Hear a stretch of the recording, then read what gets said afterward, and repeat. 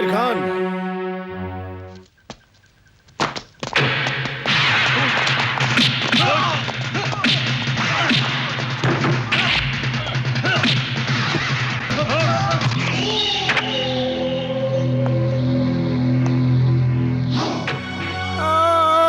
भाई जी हमरा के बचा ले भाई जी। दार ही रहल हरामखोर।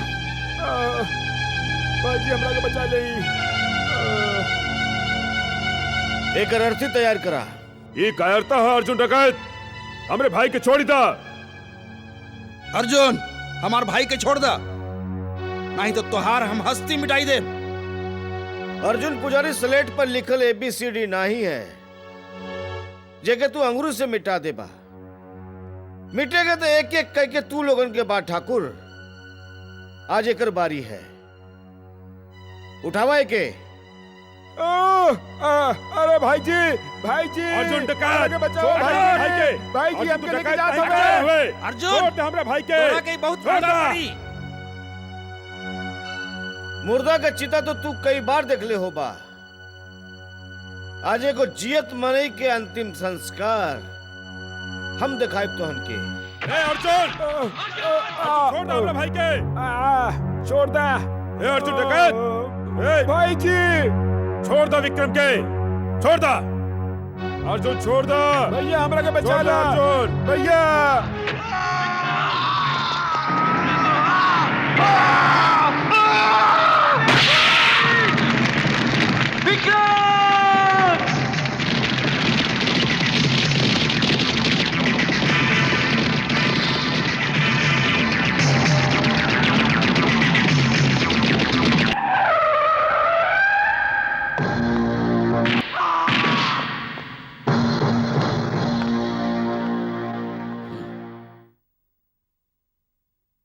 कचू कहलसी बहुत सख्त जान हबे साहब, इतना आसानी से बताने वाला नहीं है। सूरजबान सिंह तोरा लगे एक ही रास्ता बा, सरकारी गवाह बनी जा। अर्जुन डकैत और आपन साथियन के ठिकाना बता द। हमार वादा रहल कि तोरे कम से कम सजा होई और तोरा जिए के खातिर एक मौका और दिहल जाई। आपन बखत खराब नहीं करी इंस्पेक्टर। सजा का डर एगो राजपूत के गद्दारी खातिर मजबूर नहीं कर सकेला। अर्जुन डकैत और आपन साथियन के खातिर हम अपन जानो कुर्बान कर सकीला। लूट मार और खून के इतना इल्जाम तोरा पे बा सूरजभान, हो सकेला काल तोरा के फांसी के सजा हो जाई। तोरा पास बस 8 घंटा के वक्त बा, ना ही तो कल सवेरे तोरा के अदालत में पेश कई जाई। नहीं बताई।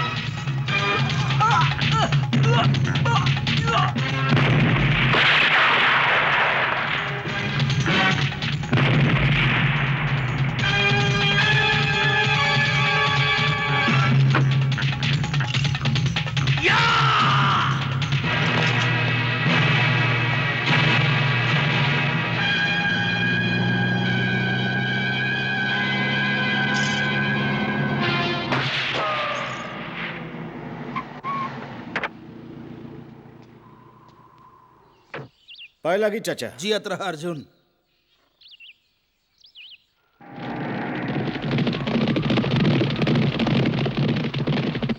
हमार जिंदगी बचावे खातिर तू अपन जिंदगी दांव पे लगाई देला। ई दुनिया में हर मनई के आपन जिंदगी प्यारा होवेला। आज हमारा अपन बेटा भी होत तो उहो आपन जान पे नाही खेलत। ई ला बेटा, हमार जिंदगी तो तोहर कर्ज हवे चाचा, हम तोहरा खातिर कुछो कर सकेनी।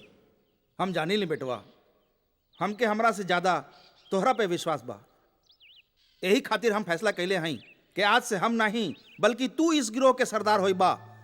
का साथी लोग, केहू के कुछ कहे के बा? हम सबन के सरदार के फैसला मंजूर है। काहे भाइयों? सरदार अर्जुन पुजारी जी के सरदार अर्जुन पुजारी जी के सरदार अर्जुन पुजारी जी के सरदार अर्जुन पुजारी जी के। आज हम सबनी के खातिर बहुत खुशी के दिन है। आज हमार दोस्त, हमार जिगर अर्जुन के रउआ ई गिरोह के सरदार बना दीनी। वाह जंगी खान, आज हम सबे खातिर वाकई दुगनी खुशी के दिन बा। एगो सूरज भान बाबूजी के आजादी के और दूसर अर्जुन पुजारी के सरदार बने के। अर्जुन डकैत के साथ लड़ाई में हम पहले हूं कई गो अफसर खो चुकल हई। आपन सरदार के छुड़ावे खातिर ओकर उ हमला पूरा डिपार्टमेंट के मुंह पे तमाचा हुए। ई केस के लेके मीडिया पुलिस डिपार्टमेंट पर कितना कीचड़ उछाल रहल बा, ई रउआ सबे लोगन निमने से जानत हई। अर्जुन डकैत अब हमरा खातिर बहुत बड़ चुनौती बन गई बा। अब वो हम ओकरा के गिरफ्तार ना कैली तो जनता के विश्वास हमरा पर से उठ जाई। सर, अर्जुन डकैत के गिरफ्तार करे के जिम्मेवारी रउआ हमरा के दी। हमार ट्रांसफर चंद्रपुर कराई दी। It's a big challenge officer. का रउआ के विश्वास बा के रउआ लोग अर्जुन डकैत के पकड़े में कामयाब हो जाई? बिल्कुल सर। सर, हम चंद्रपुर जिला के रहे वाला हैं और हमार गांव के आसपास जितना भी पहाड़ी इलाका बा ओकरा के निमन से जाने ली। यही खातिर हमरा के पूरा विश्वास बा कि हम अर्जुन डकैत के गिरफ्तार करे में जरूर कामयाब हो सकब और अपन डिपार्टमेंट के नाम ऊंचा करब। That's good. अगर तोहरा के इतना विश्वास बा तो काले हम तोहार ट्रांसफर ऑर्डर तैयार करवा के तोहके चंदनपुर भिजवा देते हैं। थैंक यू सर। नहीं, छोड़ दो हमरा के, छोड़ दो हमरा के। नहीं होता।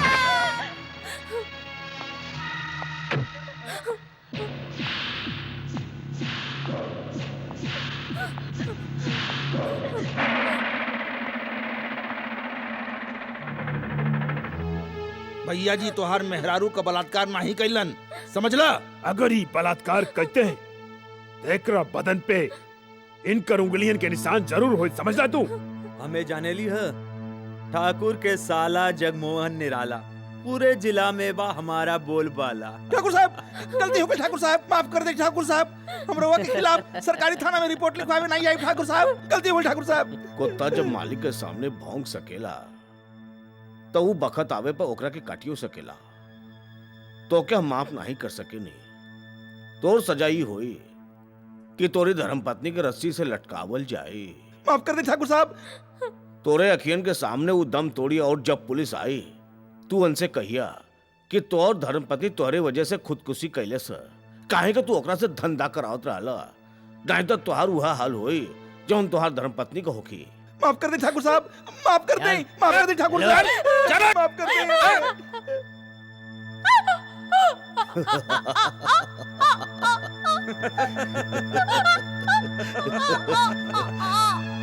डिंग डांग डिंग डांग डिंग डांग डिंग डांग।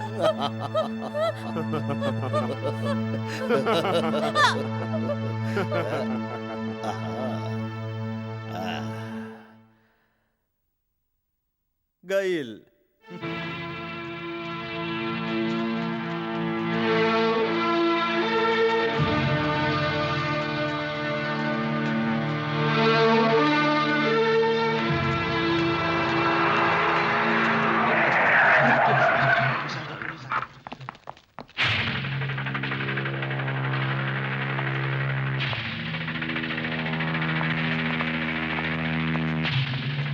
का बात बा ठाकुर साहब, केकर लाश आई? बड़े अफसोस के बाद बा इंस्पेक्टर, हमारे इतना अच्छा गांव लगातार केहू के नजर रख गई। मंगलो बयान दे। ये हमार मेहरारू का लाश है, हम ओकर जान ले ले हई। हम एगो हत्यारा हई, हम एकर प्राण ले ले हई। हमरा के गिरफ्तार कर ले इंस्पेक्टर साहिबा, हमरा के गिरफ्तार कर ले। जान लेवे के कोनो कारण तो होई, बतावा। तू अपन मेहरारू के काहे मारला? हम बताओ थे इंस्पेक्टर साहिबा, ये आपन मेहरारू से धंधा करावत रहल। हवलदार, जी मैडम। एम्बुलेंस बुला के लाश के पोस्टमार्टम खातिर भेज दा ओके मैडम। और ई कमीना के थाना ले चला। चल सरकार, मंगलवा अगर पुलिस स्टेशन में सच्चाई बता देहलस कि ओकरे मेहरारू का बलात्कार बड़का ठाकुर कैले हवन त मुसीबत आ ही सकेला। अगर दुर्गा देवी के सच्चाई पता लाग्यो गईल तब वो हमनी के कुछ नहीं बिगाड़ पाई है।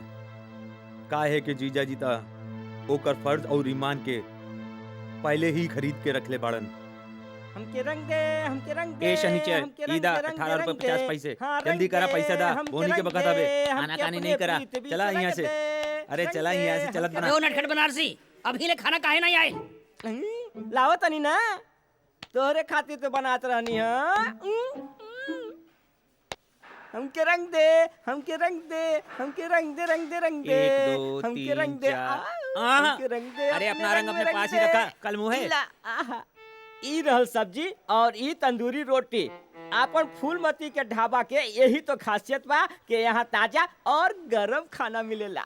यही ला तो तारा ढाबा पे आई ले जा। ओए, छोटू जी पानी दे, रंग दे, रंग दे, हमके रंग दे, हमके रंग दे। 1 2 3 4 5 लड्डू बा। भावे वाला या चबावे वाला? ई ता हिलावे वाला लगत बा। अरे चंपा ते अरे चंपा आवा आवा, बैठ बैठ बैठ बैठ। काले एबू नमकीन वाली के मीठी वाली? लस्सी लस्सी।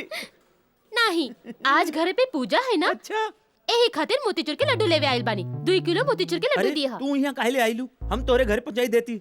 ई पूरा के पूरा ढाबा तोहार था, यहाँ के एक चीज तोहार है, यहाँ के हमहू तोहार हैं। खैर अब तू आइले बाड़ू ता नटखट नटखट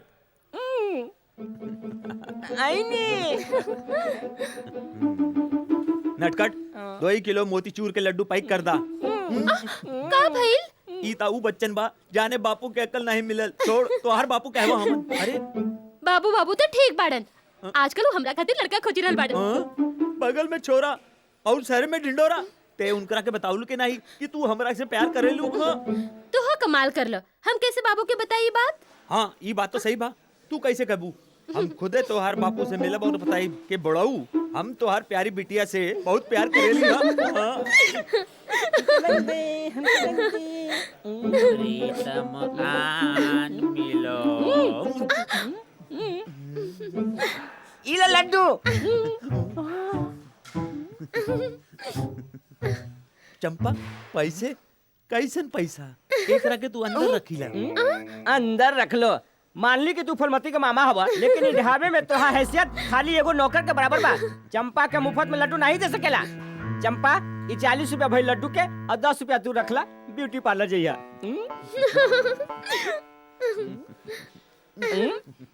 लड्डू दोबारा आवा, वरना आई कमी।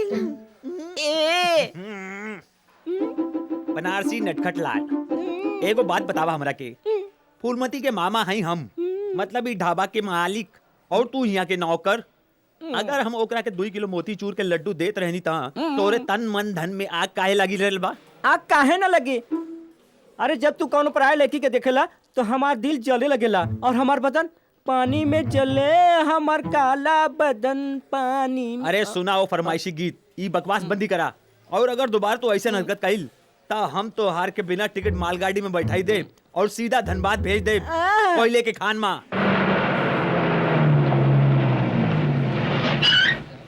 अरे पानी वानी कुछ है का नहीं? रोटी लावा भाई। हमके रंग दे, हमके रंग दे, रंग दे, रंग दे, रंग दे। ए चला उठा उठा, चलो उठो उठो। चला उठा। चलो यहाँ से। उठा। चलो। अरे नटखट बनारसी, जी बाबूजी। 4 गिलास मीठा लस्सी ले आवा, जल्दी। अभी लेनी बाबूजी। हमके रंग दे, हमके रंग दे, रंग दे, रंग दे, रंग दे, हमके रंग दे, रंग दे, रंग दे, रंग दे, हमके ए रंग जल्दी दे, लावा नमक के बोरी। हाँ, ले आवा जल्दी। रंग दे। ई रहल मीठा लस्सी मलाई मार के हमार तरह। चला चला हटा।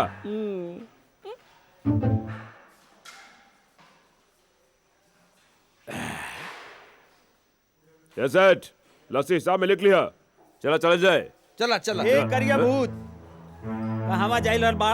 कहाँ जा रहा है? तोहर तो पहले ही 500 रुपए के कर्ज चढ़ गइल बा, समझला? पहले पुराना हिसाब चुकाई दा, फिर नवा हिसाब शुरू करा। और वैसे भी फूलमती हमरा के तोरे जैसन लोगन के उधार देवे से मना कइल है। ए किशन लाल, ते हमरा से पैसा मंगबे? और केकरा से मांगी? ए गीला कपड़ा जैसे निचोड़ दे। काहे ट्रक ड्राइवरी छोड़ी के धोबी के दुकान खोली रहल बड़ा तू? ए हम तोहार गीदड़ भपकी में नहीं आवे वाला हई। ई लस्सी का पैसा ता तोहरे के चुकाना ही पड़ी। लस्सी के पैसा चाहिए? हाँ बिल्कुल चाहिए।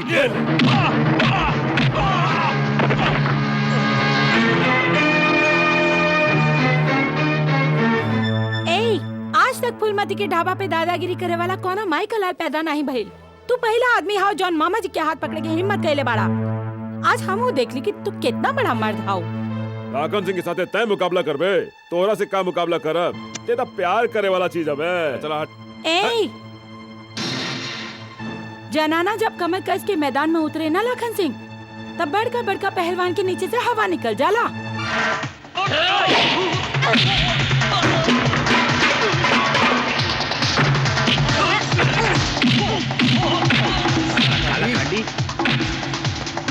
हमके निचोड़े वाला रहल, अब देखा कुकुर जैसन मार खा रहल बा। अरे अरे अरे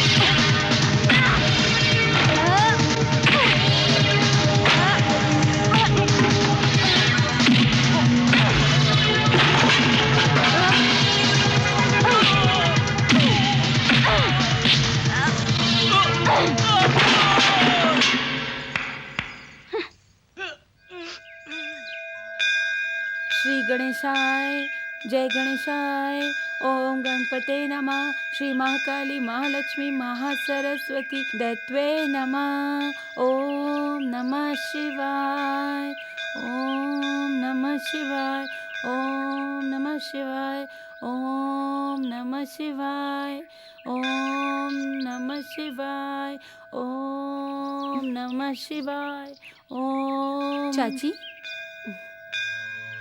तनी खाना खा ले। नहीं बिटिया नहीं।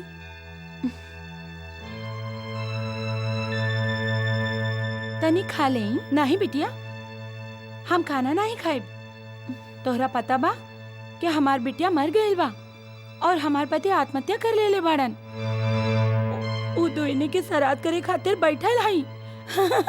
अर्जुन गइल बा पूजा के सामान लेवे। जब ले पूजा नहीं कर ले खाना नहीं खाइब। खाना नहीं खाइब। चाची श्राद्ध आज नहीं है। हम अभी पंडित जी से मिलके आवत हई। वो बतौलन की श्राद्ध काल हुई। चली कुछ खा ले। हमार तो भूखे मर गए।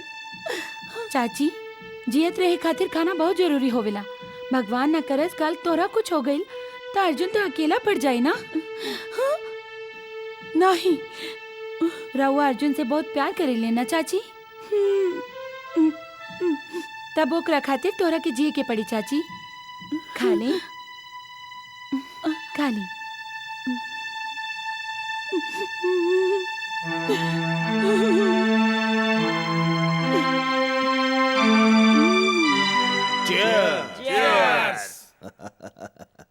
अच्छा विशाल एक बात तो बतावा, तुहार पोस्टिंग तो शहर में भइल रहल, तू यहाँ गांव में कैसे आ गेला? भैया रउआ सबे जन से दूर हमारे शहर में दिन नहीं लगत रहे, यही खातिर हम अपन पोस्टिंग यहाँ गांव में करा लेली बस। ए का कहत बड़ा विशाल है?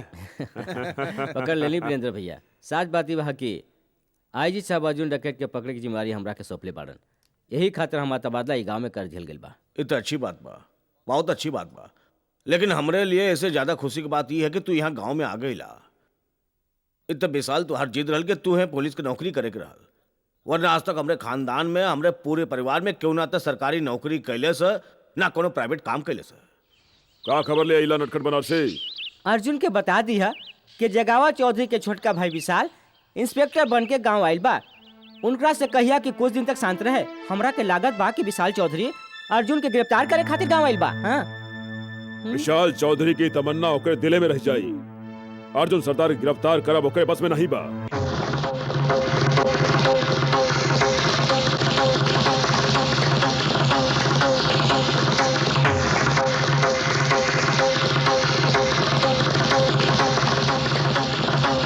सरदार, नटखट बनारसी खबर देले बा कि जगावर चौधरी के छोट भाई गांव में इंस्पेक्टर बन के आ गइल बा। एकर मतलब वो कमीना चिलकौआ ठाकुर के पता लगिल बा कि ओकर आखिरी वक्त आ चुकल बा। लेकिन ई खबर हमरा खातिर निमन नहीं बा। ठाकुर के इंस्पेक्टर भाई हमरा पीछे पड़ सकेला। तो चिंता मत करा सूरजभान चाचा, ऐसन थानेदार के इस अर्जुन पुजारी कच्ची सुपारी के जैसन चबा के खाए जाला। रहल जगावर चौधरी के बाद वो अगर अपने चारों ओर लोहन का दीवार भी खड़ा कैले तब वो बच ना सकेलन। काहे के मौत का हमला हर कवच के तोड़ देवेला। जीजा जी राउर फोन है। हेलो, ओ हेलो हेलो गिरधारी जी, नमस्ते नमस्ते। हाँ कैसे नहीं आप? हम तो बिल्कुल ठीक है। बहुत बहुत शुक्रिया गिरधारी जी कि आपकी वजह से हमके टिकट मिल गए। लेकिन आप बिल्कुल निराश न होइए। हम यही बताएं कि आप दिल्ली से कब आवत हैं, हम आपके खुश कर दे। हाँ अच्छा जी, शुक्रिया, मेहरबानी, थैंक यू वेरी मच। ओके। मुबारक हो भाई जी, आज तो बहुत खुशी के दिन हवे। एक तो विशाल ट्रांसफर लेके गांव में आ गई और दूसर रवा के इलेक्शन का टिकट मिल गई। एकदम सही भाई साहब, बहुत बहुत बधाई हो के। अब तक तो हम सब भाई लोग खाली गांव पे राज करत रहे, और जब इलेक्शन जीत के रवा मंत्री बन जाए ना तो हमने के सारा प्रदेश पे राज करब। ये खुशी के मौका पे जश्न होए के चाहिए, नाच गाना होए के चाहिए। एकदम में सही। ओए नाच भी होए, गाना भी होए, साले साहब बंदोबस्त। जीजा जी रहुआ फिक्र ना करी, समझला के बंदोबस्त हो गए।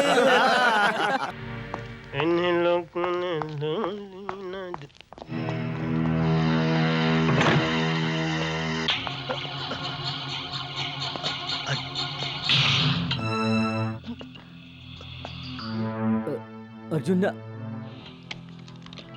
ना अर्जुन गोली मत चलिया।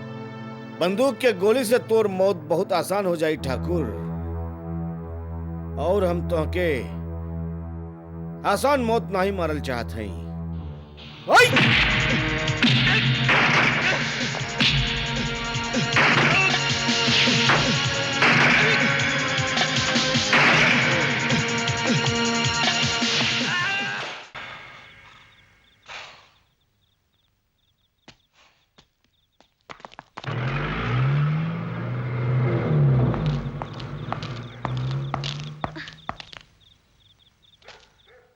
अर्जुन डकैत? हाँ?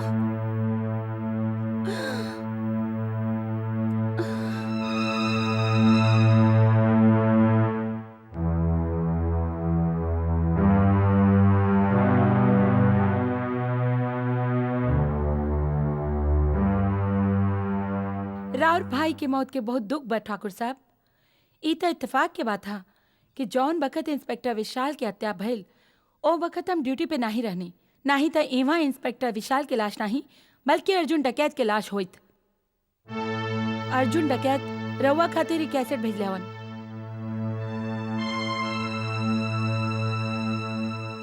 इंस्पेक्टर विशाल का मौत तोरे खिलाफ अर्जुन पुजारी के ऐलाने जंग है ठाकुर।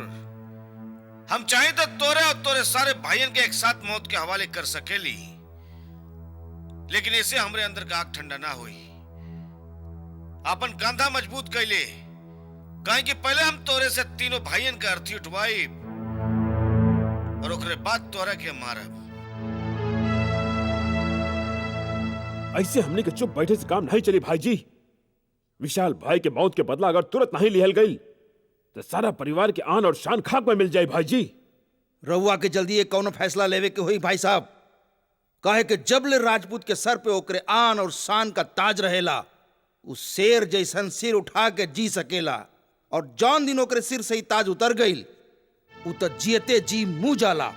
बड़का भैया, अगर रउआ हमरा के हुक्म देई तो हम अर्जुन डकैत के माई के मार के ओकरे लाश के छोटे छोटे टुकड़े कुत्ता के खिलाई देई। तू सब लोग ऐसा गलती मत करिया। तू सबे के निमन से मालूम बा कि जीजा जी के इलेक्शन के टिकट मिलल बा। अगर तू लोग ऐसा गलती करी देब तो इलेक्शन लड़े के मौका इनकरा के हाथ से निकल जाई।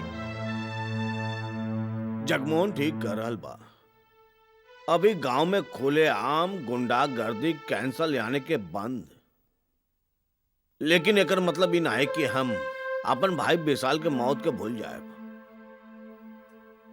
हमार भाई के जौन मौत भइल है वो हमरे सीना के अंदर एक घाव बन के तब तक जियत रही जब तक हम अर्जुन का मौत का तमाशा ई आँखी के सामने ना ही देखब।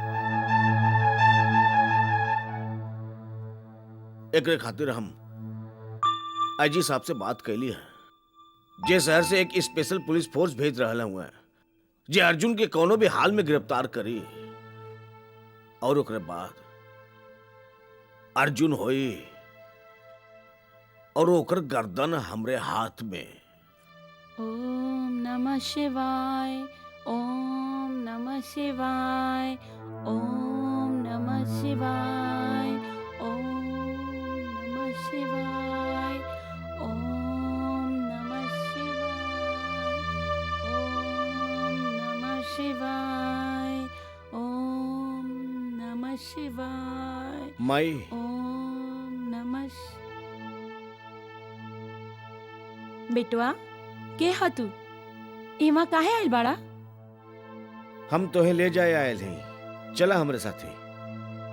हम ई मंदिर छोड़ के कहूँ ना जाए बेटवा। हम बर्बाद हो गई नी, हम लुट गई नी, हमार बिटिया मर गई, हमार पति आत्महत्या कर लेलन। हम तो दोनों के श्राद्ध करत रहली। हमार बेटवा है ना, हमार बेटा अर्जुन पूजा के सामान लेवे गए बा।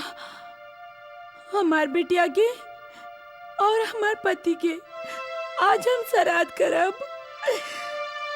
हम यहाँ से कहूँ न जाए, हम यहाँ से कहूँ न जाए, हम यहाँ से क्यों न जाए? नहीं जाए, नहीं जाए, नहीं जाए। तू सुध जा माई, हम तो हर बेटा अर्जुन के ढूंढ के लावत हई।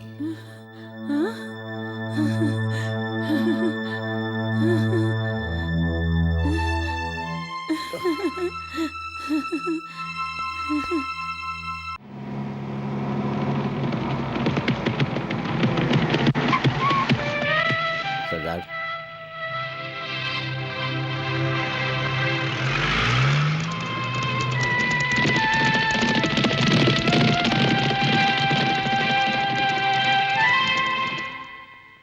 फूलमती, अरे दीदिया तू ना कोनो चिट्ठी ना कोनो खबर, अचानक कैसे आयल गई? सब निमनता बाना? भगवान के आशीर्वाद बा, सब नीमन बा। जीजाजी कैसन बाड़न? नीमन बाड़न, तोहरा के हमेशा याद करेलन। काशीपुर यहाँ से ज्यादा दूर थोड़े बा। तू चाहत महीना 2 महीना में हमरा से मिले आ सकेलू, लेकिन लागत बा तोहरा अपन दीदी के याद नहीं आवेला। ऐसन बात नहीं के दीदिया, याद तो बहुत आवेला, पर ढाबा के कामकाज से फुर्सत नहीं मिलेला। खैर ई बार जरूर आई होली के मौके पर काशीपुर। हमहू ये सोच के आयल हई कि हम तोहरा के अपन साथे ले जाइब।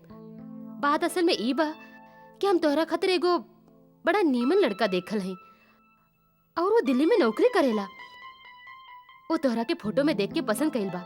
हम चाहत हई कि तू हमरे साथ काशीपुर चला और वो लड़का के देख ल, ताकि हम रिश्ता पक्का कर देई।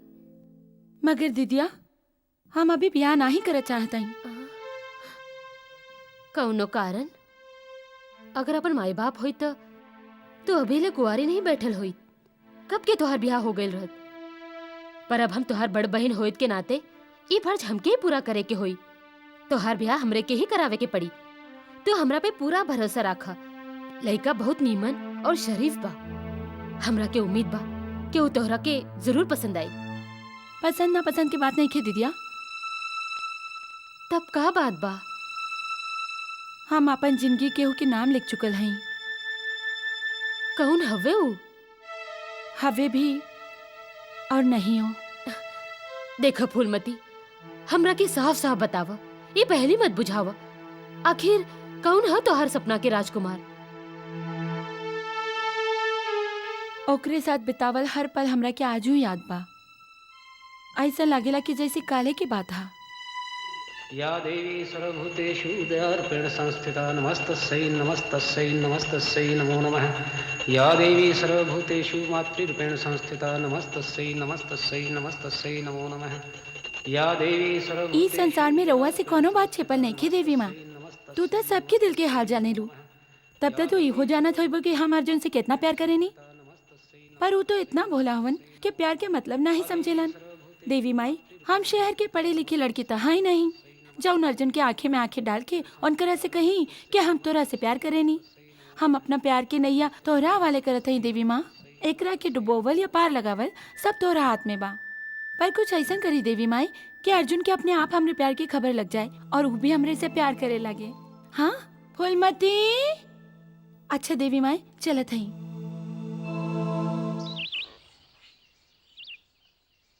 कहाँ रह गल बिटिया तू?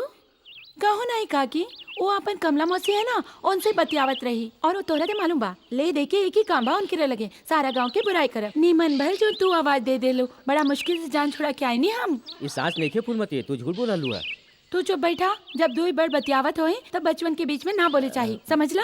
तू भगवान से जोन गुरुदेव के बारे में बात कर लियो ना, हम सब सुन लेनी है। का बात कैले सही हमके बतावा। कुछ नहीं शिवचरण, तोरा के हमरे ढाबा की लस्सी पसंद बना? हाँ हाँ फूलमती। तो ढाबा पे आ जाइए, यहाँ 2 गिलास पिलाइब। ए शिवचरण, बतावा ये भगवान से हमरे बारे में का कहत रहल? कौनो बात नहीं है गुरुदेव, यही के तुहार सेहत निमन बनल रहे और तू हमेशा हंसत मुस्कात रहा। तू पंडित का चेला होके झूठ बोलत हवा। का कर गुरुदेव, 2 गिलास लस्सी के सवाल बाना। चुप। हम बतावत है अर्जुन भैया, ये भगवान से तोहरे बारे में ये प्रार्थना कैले हुई कि तू जल्दी से जल्दी ब्याह खातिर हाँ करी द। का फूलमती? शर्मा गेल। हम तो हर बाबूजी से बात कर ले हैं अर्जुन। अब तो हर कोनो बहाना ना ही सुनब। अगला महीना होली बा, होली के बाद कोनो नीमन मुहूर्त निकलवाई के फूलमती के साथे तोहरा ब्याह करा दे। माई हम कितना बार कह चुकल है कि हम इस शादी ब्याह नहीं करब, फिर तू काहे खातिर जिद करेलू? ब्याह न करबा तो का जिंदगी भर कुआरे रहबा गुरुदेव? तू तो कुंवारा हुआ, तू ही कैला।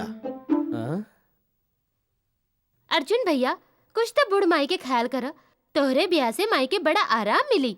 अगर फूलमती हमार भौजी बन के आ गई ना तो सारा घर आराम से संभाल ली, समझला? तू खुदे सोच ला गुरुदेव, माई के दिल कितना खुश होगी।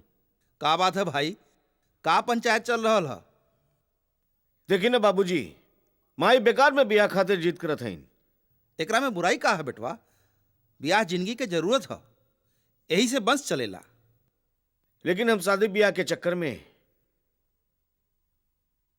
भगवान के भक्ति से दूर नहीं होवल चाहते हैं। हम अपन सारा जिंदगी भगवान के भक्तियों में बितावल चाहते हैं। बेटवा बाबूजी, अगर अर्जुन भैया अपन इरादा नहीं बदलन ना तो वो बेचारे फूलमती के सारा जिंदगी कुंवारी बैठे के पड़ी। सारा जिम्मा ऊपर वाले के हाथ होवेला बिटिया। अगर ऊपर वाला अर्जुन और फूलमती के ब्याह लिख ले बा तो ओके केहू नहीं टाल सकेला।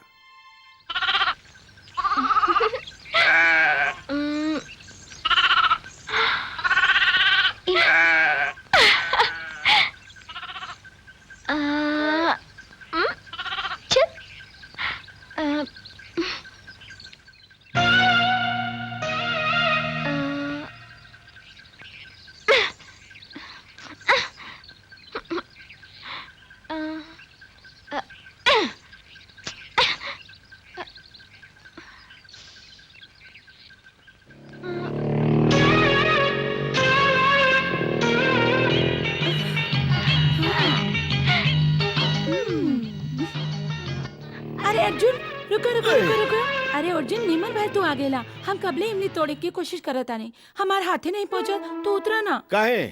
तू उतरा था सही। चला देखा कितना अच्छा इमली बा। हमरा के चाहिए, तू बैठ ना, हम तोरे ऊपर चढ़ के तोड़ ले। कबू नहीं। देख बैठ जा, हम तोरा के 2 ही दिन तक परेशान ना करब। बैठ जा ना।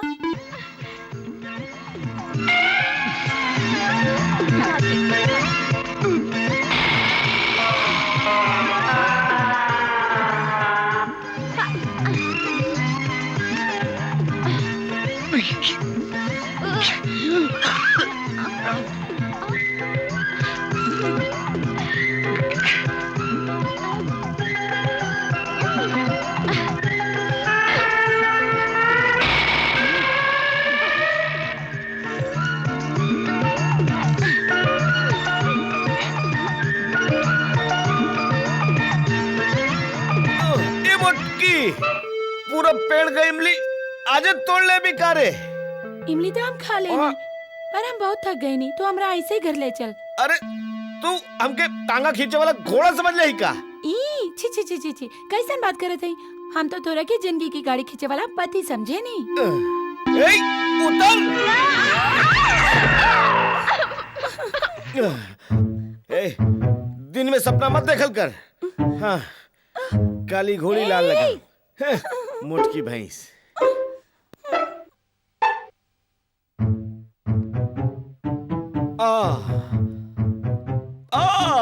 गुरुदेव तुहार हड्डियन के चरमाहट की आवाज ई बता रहल बा कि निश्चित रूप से रउआ 10 मन चावल के बोरी उठौले बाड़ा।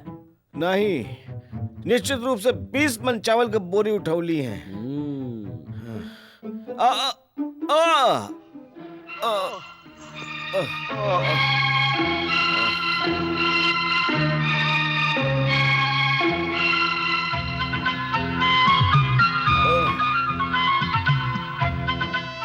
अरे ठीक से दबावा शिवचरण, ऐसा लागत बा कि कोनो लड़की दबावतिया। कहीं तोरा ये तो नहीं लागत बा गुरुदेव के फूलमती तो आज देह दबा रहल बिया?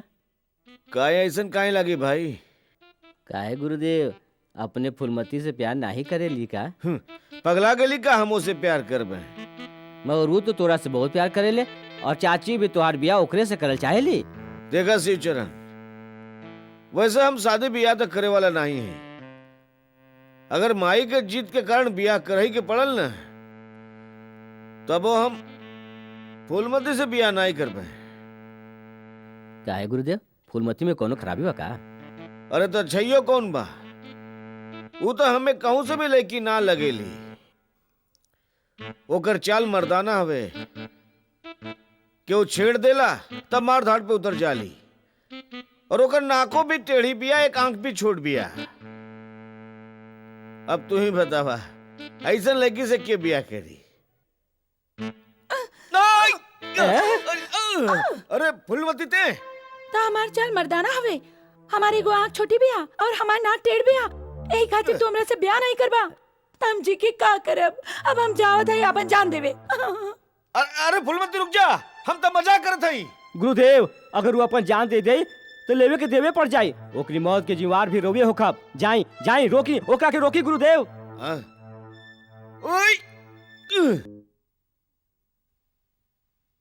लेकिन फूलमती, अर्जुन पुजारी अब डाकू बन चुकल बा, ओकर प्यार अपन दिल में बसाई के रखब बेवकूफी हुई। हमार विचार से तोहरा ओके भूल जाए के चाही।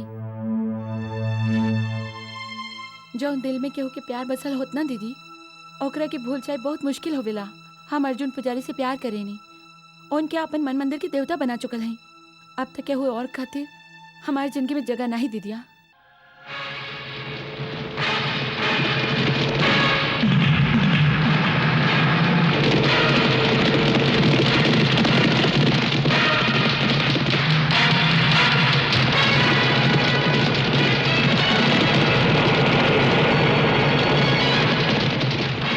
चला सरदार, रउआ ट्रक में घुस के सारा हथियार बाहर फेंक दे।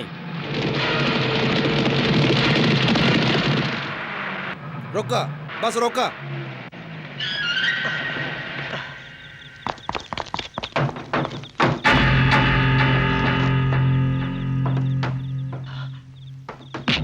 बढ़िया।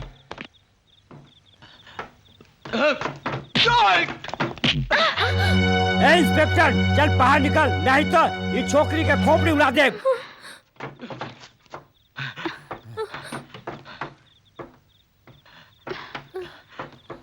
चल चल गाड़ी चला।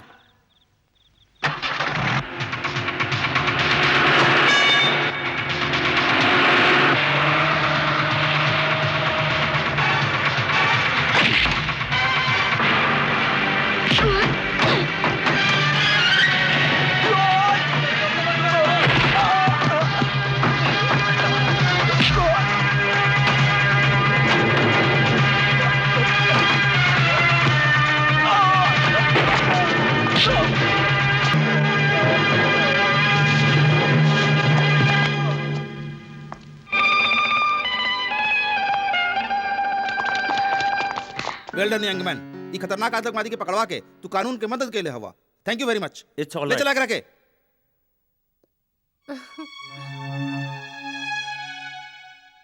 Hello mummy. हेलो पापा। अरे अंजू, अरे अंजू बिटिया तू आ गई ले। अरे बिटिया, अरे अरे अरे कैसे ना हूँ हाय बेटी? चाचू। हाय, हाउ आर आई यू? फाइन। का अनु बिटिया अपने मामा को भूली गई ना है ना हेलो। ऐसन कैसे हो सकेला? ई घर में एक ही तो जोकर बा जोन सबके हंसावत रहेला। यही देखी का कह रही बिया। एके तो और माई दहेज में लेके आई ले जाई रहुआ भी। और ये कानू शहर जाए के तू अपन सारा संस्कार भुला गेले का? और सुना, ई जोन तोहर हाय हेलो बाना, ई इहवा ना चली। इहवा तो तोहरा के गांव के हिसाब से रह के होई, समझ ली? रहे दे ठकुराइन, अब जमाना बदल गईल बा। तो हर बिटिया अंग्रेजी मीडियम में पढ़ल बिया। अब भी अपन जिंदगी अपने हिसाब से ही जी है। तू चाहे लाख जतन कर ला। लेकिन तू ऐसा कपड़ा पहन के घूमबू तो गांव वाला सब का कही है? कुछ कहल तो दूर के बात बा, ई गांव के कौनो आदमी में इतना हिम्मत नहीं खे कि हमने के भतीजी की तरफ आंख उठाई के भी देख सके। और वैसे भी ई ड्रेस में बुराई का बा। ई तो आजकल के जमाना के नया फैशन है, नया फैशन। और अपन भतीजी आज के जमाना के हिसाब से ही चल रहल बिया। का भतीजी? You are right. आगे के पढ़ाई पूरा होए के बाद तो हम शहर में रहे वाले हैं। हमरा के गांव की जिंदगी में एकदम पसंद नहीं। अच्छा बाबा, ठीक बा। हम तोरे ब्याह खातिर शहर से लड़का ढूंढब, ठीक बा? अभी लड़का ढूंढे के बाद कहाँ से आ गई मम्मी? हाँ बेटी, अब तू बड़ा हो गए हो। पढ़ाई के तुम्हारा आखिरी साल है। ग्रेजुएशन कैला, ओकरे बाद हम तुम्हार बियाह धूमधाम से करबे। पर अभी हम बियाह में इंटरेस्टेड नहीं थे पापा। प्लीज, हम पढ़ाई करे खातिर लंदन जाए चाहत हई। ठीक बा भाई, ठीक बा। पढ़ाई खातिर हम तोहके लंदन भी भेज दब, लेकिन एक शर्त पर। एक स्माइल दे दा हमके थैंक अच्छी यू सी। पापा।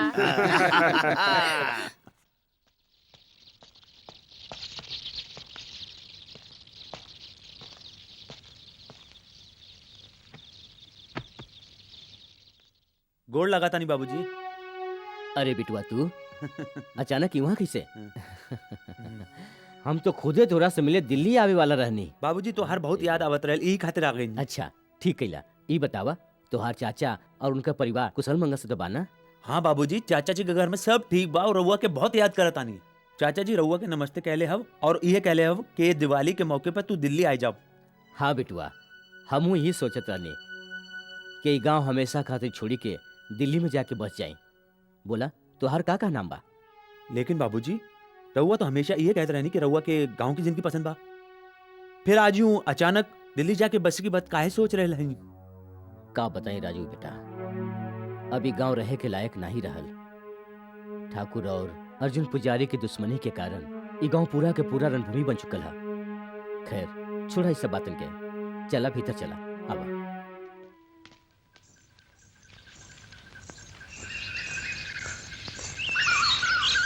Phoolmati,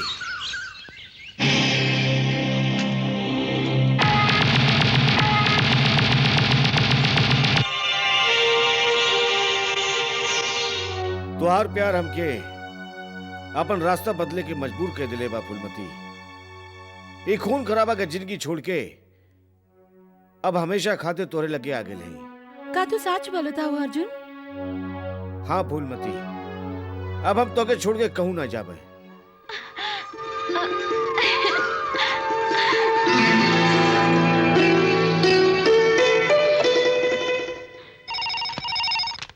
hello Chandrapur police station.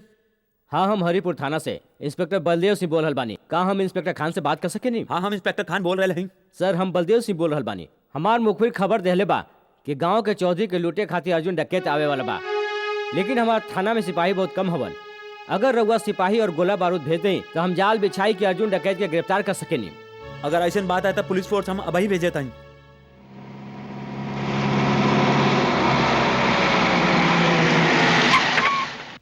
चला जल्दी चला। अरे कहाँ गई ली? चला तू हेने जा, तू होने जा, चला। अरे ई का? अरे ई तोहार हालत कौन कैलस? अर्जुन डकैत सर,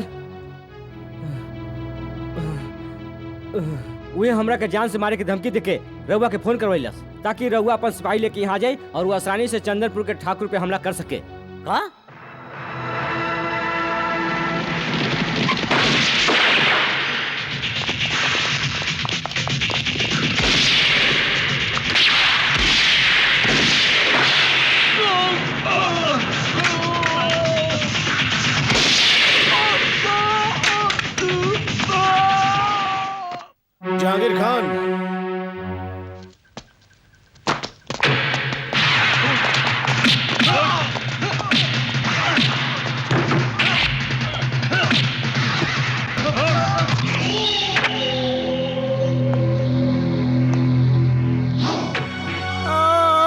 भाई जी हमरा के बचा ले भाई जी। दारी रहल हरामखोर। भाई जी हमरा के बचा ले। एक अर्थी तैयार करा। ये कायरता है अर्जुन डकैत, हमरे भाई के छोड़ी दा। अर्जुन हमार भाई के छोड़ दा, नहीं तो तुहार हम हस्ती मिटाई दे। अर्जुन पुजारी स्लेट पर लिखल ABCD नहीं है, जेके तू अंगूर से मिटा दे बा। मिटेगा तो एक एक कह के तू लोगन के बाद ठाकुर। आज एकर बारी है, उठावा के। अरे भाई जी अर्जुन डकैत बचाओ भाई जी हमके लेके जा सकते। अर्जुन छोड़ हमरे भाई के। तोरा के बहुत फायदा पड़ी। मुर्दा का चिता तो तू कई बार देख ले हो बा। आज एगो जियत मनई के अंतिम संस्कार हम दिखाई तो हन के। अर्जुन छोड़ दे हमरे भाई के। छोड़ दे अर्जुन डकैत। भाई जी छोड़ दो विक्रम के, छोड़ दो अर्जुन, छोड़ दो भैया, हमरा के बचा लो अर्जुन भैया।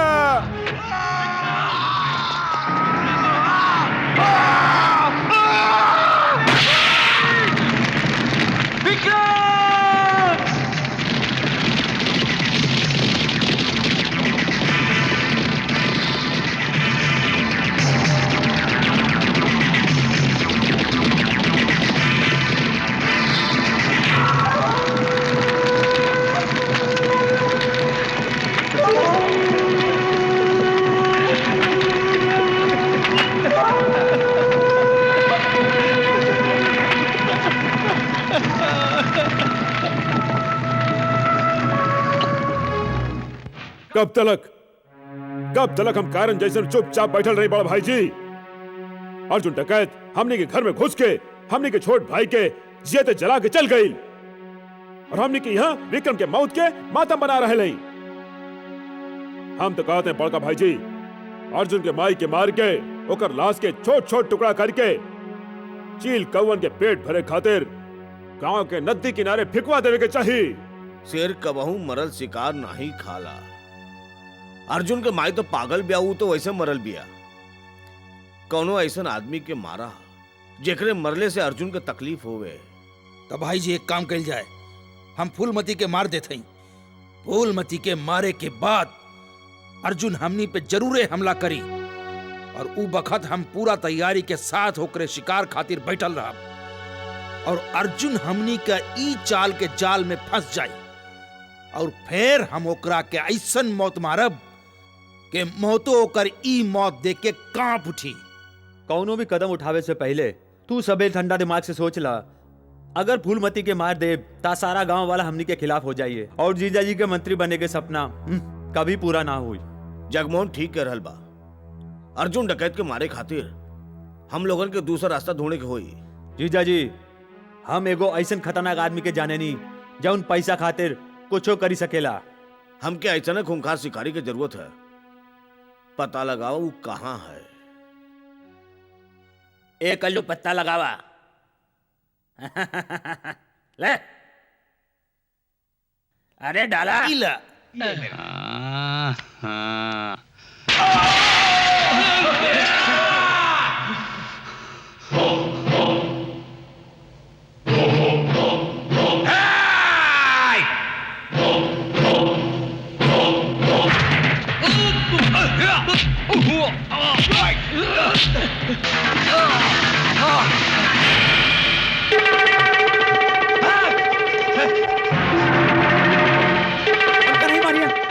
नहीं मारिया, माफ कर दे। एक बार मौत के शिकंजा से तो आदमी बच सकेला, मगर देवा जब केहू के सुपारी लेवेला ता ओकरा लागे जिंदगी के सारा रास्ता। ए, मत मारा, मत मारा, प्लीज मत मारा।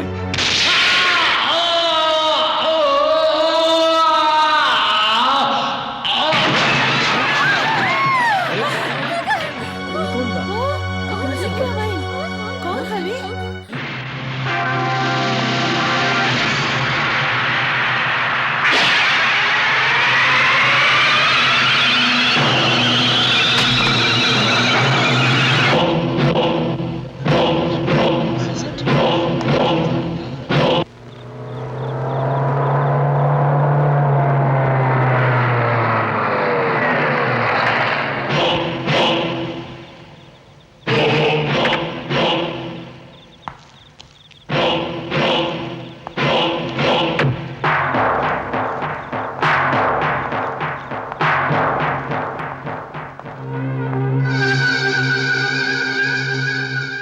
आलम पठान के खून के खबर था तोहरा के मिलिए गईल होई।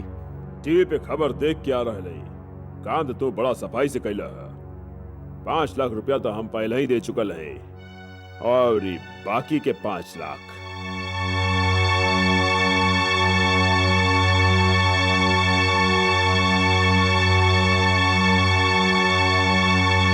जीजाजी राहुल खाते शुभ समाचार बा। हम पता कई ले ली हई कि देवाई भगत कहाँ हा। अगर तू हमार सार नहीं होता तो हम तोरा के गोली मार देती। उहे ता जीजाजी हम राहुल साला है ना, तारा वो हमरा के बकरी जैसे कैसे हलाल कर सकेली। बकवास बंद करा। तू जौन भी काम करेला आधा करेला। जब तोके देवा के पता चल गई रहल तब ओकरे साथे हमार मीटिंग काहे नहीं तय कैला। अरे जीजाजी माने ली कि राउर दिमाग तलवार की धार से भी तेज चलेला, लेकिन हम राउर साला जगमोहन निराला भी कौनो कम नहीं। कल राउर मीटिंग देवा से हो जाई।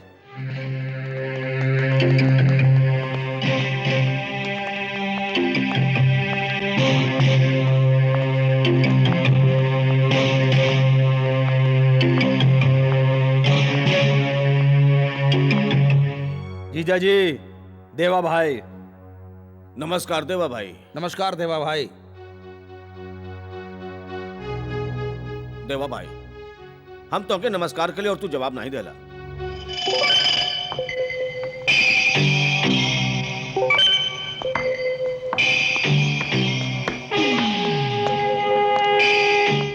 देवा खाली ऊपर वाले के सलाम करेला, काम बोला उहे ता काम ता ई है देवा भाई जो टेलीफोन पे बात भइल रहल अर्जुन के ऊपर पहुंचावे के बा। कीमत 30 लाख। देवा एक आदमी के मारेगा 6 के नहीं, कीमत बहुत ज्यादा है। 35 लाख। राम राम चाचा। राम राम। का बात बा चाचा, रहुआ बड़ा चिंता में दिखत बानी। हाँ बेटवा जब लड़की जवान हो जावेले तो हमरा ऐसे गरीब बाप की चिंता बढ़ जावेला। अब चंपा जवान हो गई बया, सोचत बानी के ओकर बियाह कई देई। ता एकरा में परेशानी की का बात बा?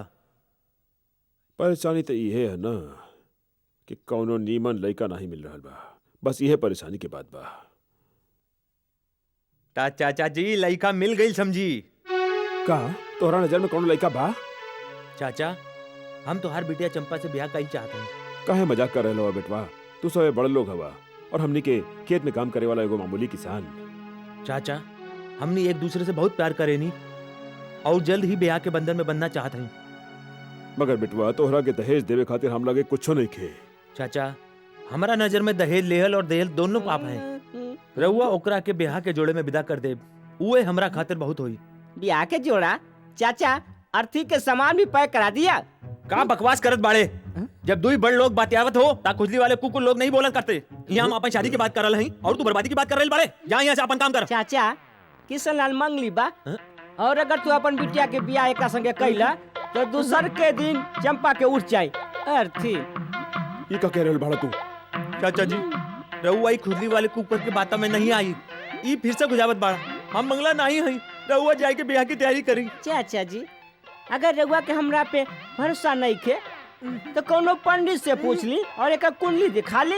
ये मंगला है मुआ पगला है। किशन लाल इतना बड़ धोखा हमरा की तरफ से ये उम्मीद नहीं रहल। चाचा जी कौलिया तो हर जात को बेदा मारू। नटखट बनारसी तू हमारा घर बसे से पहले उजाड़ देला, हम तो वहाँ के जान से मार डालो। तो मार देना। अरे तेरे प्यार में हम मर के भी अमर हो जाए, पर हमरे जीते जी कोनो और से तोहार ब्याह ना होवे दे। काहे के हम बने तुम बने दूजे के लिए। किशन लाल जी राम राम। अरे बड़ा जल्दी में लागत बड़ा। अरे कम आ जाओ था तू। हम नरक के सैर करे जात हई, रहुआ हमरा संगे चलब पसंद करब। पंडित के साथ ऐसा बात ना कहिए किशन लाल। ये बतावा समस्या कहा तो हो सकेला हमरे द्वारा तोहर कल्याण हो जाए। पंडित जी रहुआ खुदे एगो कल्याण केंद्र हई, तू हमार का कल्याण करबा? हमरा बहुत गंभीर समस्या बा, तू सुनबे पसंद करबा? हाँ। ता सुनी।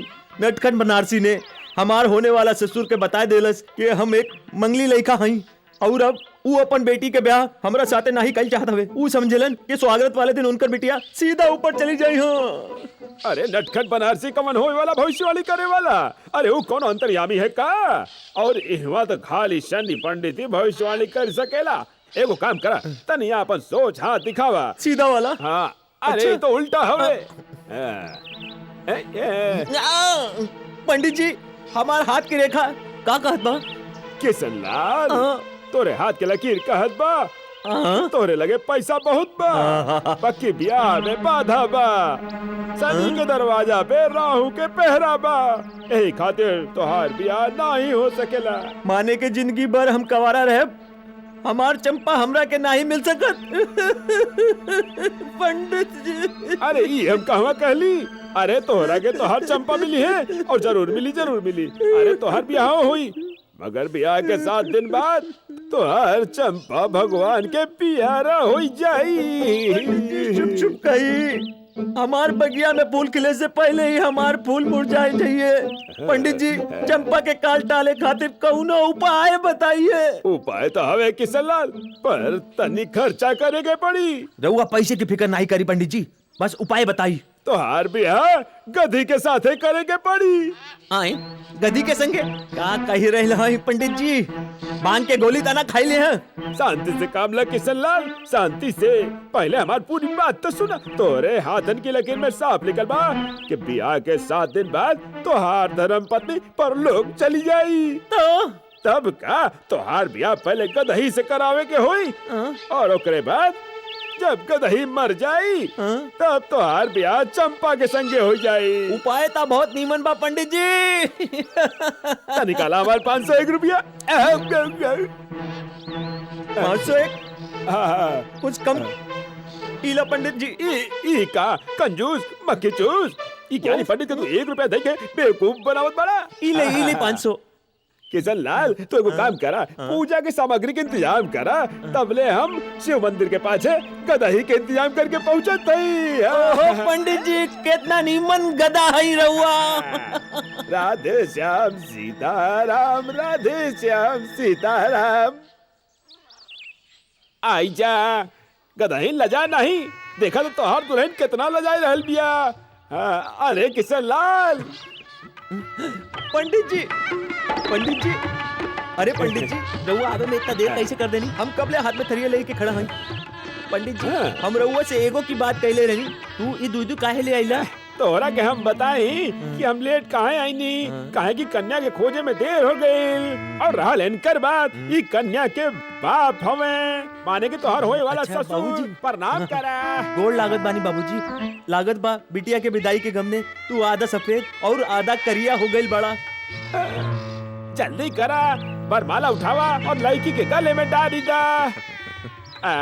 हमारी प्यारी दुल्हनिया ई माला ले ले। अब किशन लाल तू सरमाला उठा के कन्या के माथा पे छुआई के अपना गले में डाली दा। आशीर्वाद दे ससुर जी, आशीर्वाद दे। और तो बधाई होवे, आज से तू दोनों पति पत्नी हो गई ला। अरे पंडित जी ई ब्याह भी कौनो ब्याह हवे ना, फेरा ना पूजा, फिर तू हमरा से पूजा के थाली काहे मंगवाइला? काहे की पूजा की थाली मंदिर में ले जाए के आराम से बैठ के अपन जिंदगी और गदही के मौत के भगवान से प्रार्थना करे। फिर तारा हुआ यहाँ से प्रस्थान करिए। अच्छा जी। किशन लाल, अरे बेवफा, हमी से मोहब्बत, हमी से लड़ाई, अरे मार डाला दुहाई दुहाई। अरे किशन लाल, कल मुहा हमरा से बेवफाई कैला और तू ब्याह कर लेला। भगवान करे तोर ब्याह कबहू सफल न होके तू सुहाग रात मनावे के पहले रंडवा हो जा माटी में। ई ता हम चाहत हई नटखट। दे जी भर के बदुआ दा हमरा के। होई सकेला के तोहरे श्राप में हमरा खुशी छिपल होके। हमार दिल कहत बा कि तू कबहू सुखी नहीं रह सकबा। मगर जी बताओ तोहर दुल्हन कहां बिया? नटखट बनारसी, तोहर अकल के साथ तोहर आँखियों कमजोर हो गई बा। तनी इन्हें देखा, ई है श्रीमती किशन लाल। गदही तू गधी के संगे ब्याह कैला? मुबारक होके, तू यही के लायक रहा। ये मुबारकबाद 7 दिन के बाद देला, जब ये गधी की अर्थी यहाँ से उठी और हमार चंपा की डोली हमरे घरे आई। टन टन टन। हमके रंग दे रंग दे रंग दे।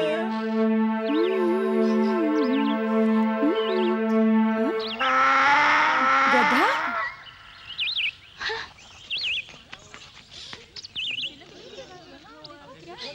नटखट बनारसी आईनी मालकिन, ओहो हो।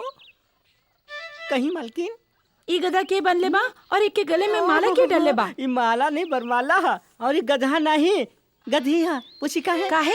काहे की तोहर मामी है। का बकेती कर रहल बाड़े? पागल हो गए का? पागल हम नहीं की भइल, पागल तो तोहर मामा भइल हवन जे एकरा संगे बियाह कैले हवन। अरे नटखट बनारसी, हमरे भांजी से का आग लगाए रहल बाड़े हमरा बारे में? अरे किसनवा, ई जे तू स्वर्ग से अप्सरा बियाह के लाइल बड़ा ओही के बारे में बतावत हैं।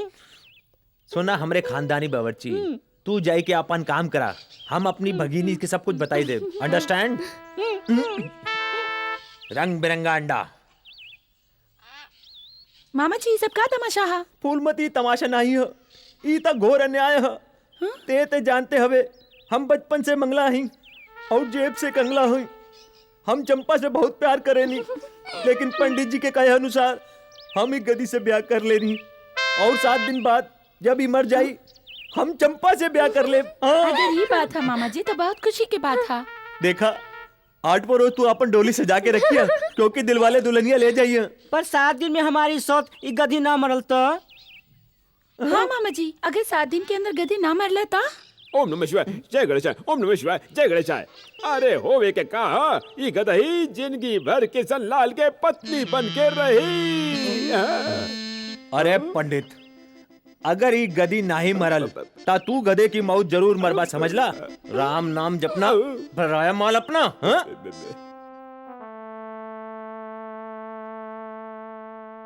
अनु, कौन विचार में खोयल हो? हमरा के तोहरा से कुछ कहे के बा। कहा ना के कहा चाहलू? कहीं दी? अनु, अब हमनी के नीमन दोस्त बन चुकल हैं, फिर इतना हिचकिचाहट? तोहरे दिल में जो कुछ है तू ही कही ना। अच्छा ठीक बा, तोरे दिल की बात हम कहते हैं। तू हमार से बहुत प्यार करेलू।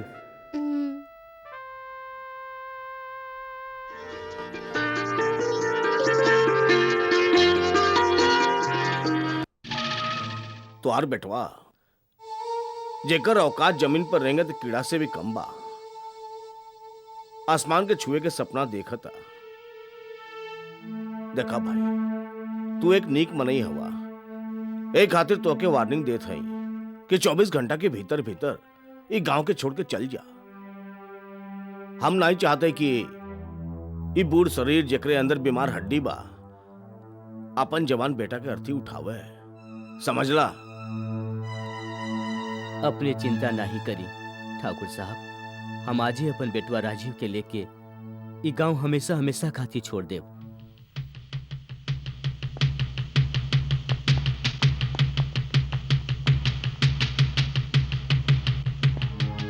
जीजा जी, हमार बात जयेंद्र सिंह से हो गई बा और वो बड़ा खुश बाड़न कि तू अनु बिटिया के ब्याह जल्दी से जल्दी करे चाहता ही। लेकिन उनकर बेटवा तो 2 दिन के बाद अमेरिका जात बा। वो चाहत हुआ कि ब्याह काल हो जात तो ठीक रहत। हाँ भाई जी, अन्नू बालिग हो चुकल बा। अगर वो जवानी के जोश में आई के कहीं भाग के वो राजीव से ब्याह कर लेलस तो हमनी कानूनियों तौर पर कुछ नहीं कर पाई। वही तो यही खातिर हम कह रहे हैं कि अनु बिटिया के ब्याह जल्दी से जल्दी करवा दे जीजा जी।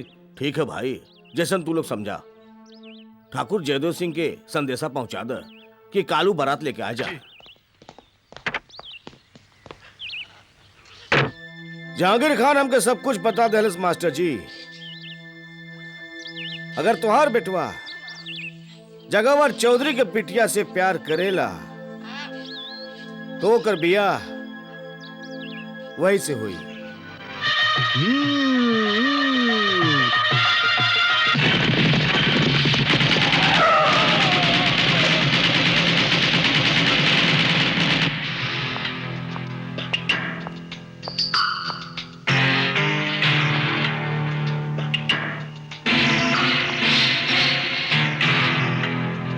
हाँ मोहतरमा, ये हाथ बहुत नाजुक बा। घबरा मत ठाकुर, आज हम तोरे कोनो भाई के शमशान भेजे कि नहीं, बल्कि तोरे बिटिया के जिंदगी आबाद करे आए हैं। राजीव, जा मंडप में बैठा।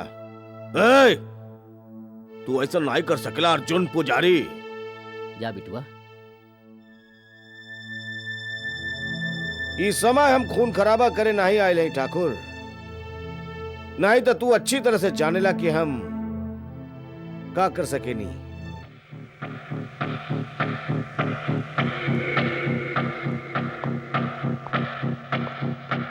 बड़ा भाई जी,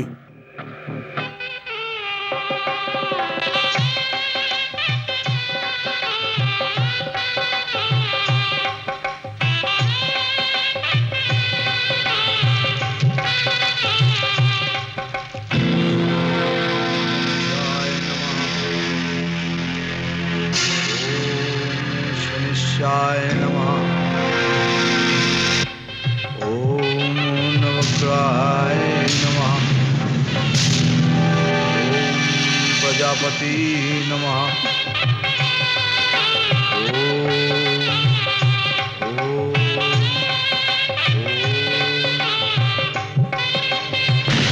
ओम प्रजापति नमः।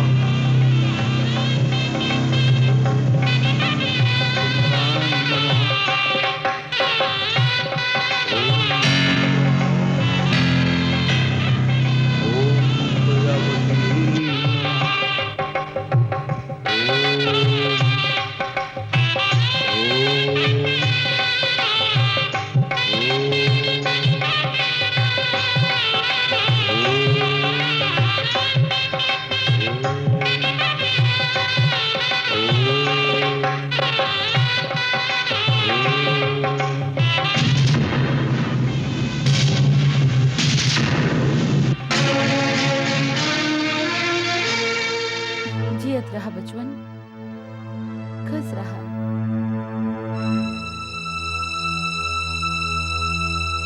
जा बिटिया।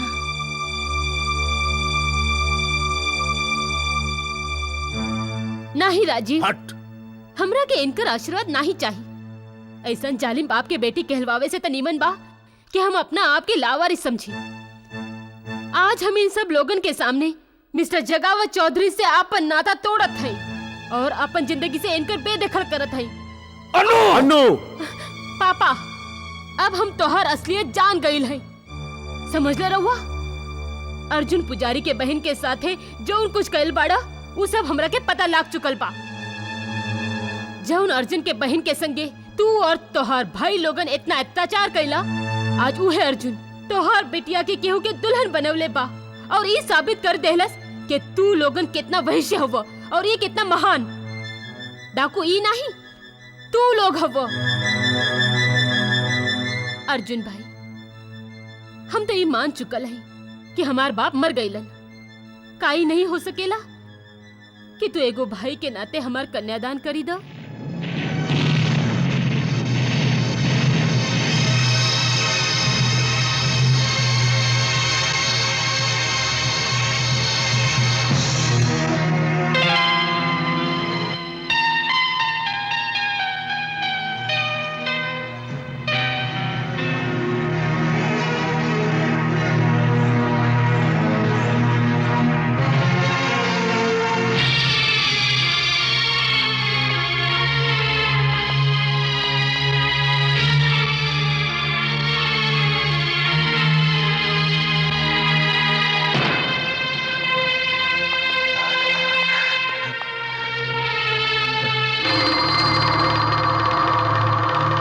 हम तो ऐसा ही कहे आयल हैं देवा कि आप तू अर्जुन के जान से नहीं मरबा।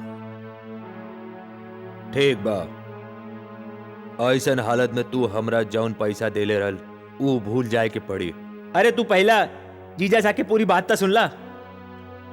अब तू अर्जुन डकैत के जान से नहीं मरबा, बल्कि ओके जिंदा पकड़ के हमरे पास लेके आईबा, ताकि हम खुद अपन हाथ से ओकर गर्दन ओकर धड़ से अलग करके ओकरे खून से अपन माथा पर तिलक लगाए, तब हमरे कलेजा के ठंडक पड़ी। ठीक बा, अर्जुन डकैत तोरा के जिंदा मिल जाई, लेकिन जैसन हमार धंधे के कायदा हा, एकर तोरा के 5 लाख और देवे के होई। एक बात तो बतावा, तू एक खूनी हवा की बनिया बात बात पे पैसा बढ़ा देला। खैर कोनो बात नहीं, तो आके जितना पैसा चाहे मिल जाए, लेकिन हमके अर्जुन डकैत जिंदा चाहिए। रात होवे में खाली 1.5 घंटा बाकी बा। अगर तू नहीं मरलू हम तो जीते जी मर जाए। अरे कितना खावेला गधी कहीं के। मामा ये मामी के साथे अकेले अकेले क्या बात कर रहा? मामा अरे हम तो हर मामी के संगे नहीं बल्कि आपन आप से बात कर रहे ते ग्राहकन के छोड़ के यहाँ का चले आइले। एक खातिर आईली है कि आज गदही मामी मरे वाली है ही ना। ये खातिर भगवान से प्रार्थना करनी है कि जियत रहे। अरे शुभ शुभ बोल, अगर ही ना मरल तो हमरा के आत्महत्या करे के पड़ी। छोटू हमरा एगो छोटे से काम करबा। बोली मामा हम तो राउर सेवक हैं। छोटू तुम्हारी मामी के गांव के बाहर ले जाई के कहीं भी दफनाई दा। इला 50 रुपया। समझ गई नहीं, ताकि तू आसानी से चंपा से ब्याह कर सका मामा। धीमे धीमे धीमे एगो काम करा, जल्दी तू अपना मामी के ले जा, जल्दी जल्दी। ठीक बा मामा, हम ऐसा जगह ले जाए कि छोड़ा जहाँ से वापस ना ही आइए। समझे तो हर काम हो गए। चला मामी।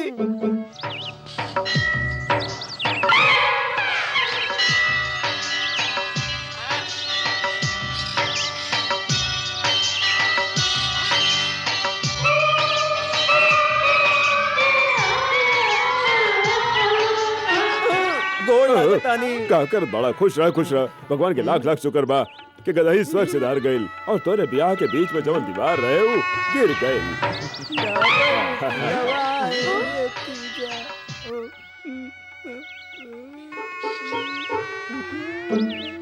अरे ई का गदही तो जीत भी। अरे गधे। ओ पंडित जी हम तो हार से कहता ही कि वो गधी नहीं दूसर गधी है। ऐसा ना। चली चली। अरे चाचा गधी मरल नहीं खे, गधी उहे हो। अरे चाचा रउआ तो जाने ली कि ई खुजली वाला कुकुर हमार मोहब्बत के कितना बड़ दुश्मन बा और तो हर चंपा से भी जलेला।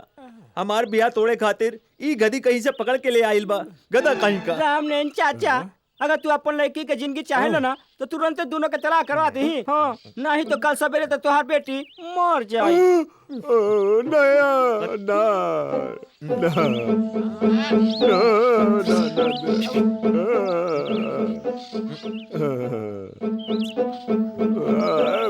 पंडित जी अपन राहु केतु की भाषा में समझाइए इनकरा के।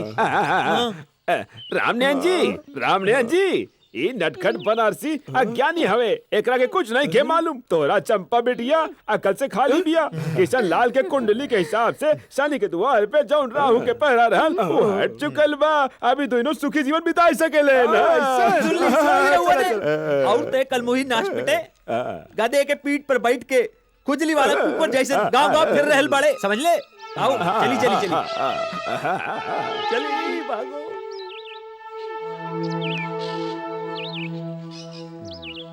ले साहब मीठ मीठ लस्सी वो मलाई मार के। यहाँ जी साहब। तोरा नाम कहा? हरिया साहब। कब से काम कर रहल बड़ा? ये कोनो 5-6 साल हो गए हुजूर। तब तो अर्जुन डकैत के बारे में बहुत कुछ जानत होए। अर्जुन डकैत नाम तो सुन ले है जरूर, कब देख ली ना। तोरा तो ठीक से झूठ बोले भी नहीं आवेला। हम अच्छा से जाना तानी कि तू अर्जुन डकैत के बारे में बहुत कुछ जानेल।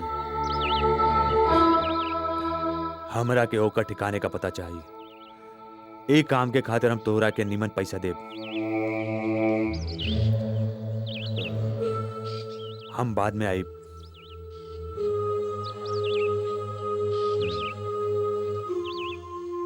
कैसन खबर ले आइल हवा नटखट? एगो खास खबर लेके आयल बानी बाबू लोहार। एगो अजनबी मनई ढाबे पे आके अर्जुन भैया के बारे में पूछताछ करत रहल।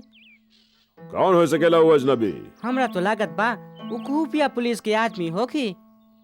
वो जौनो होए अर्जुन सरदार तक पहुंचे से पहले ओकरा के ऊपर पहुंचा दिया जाए।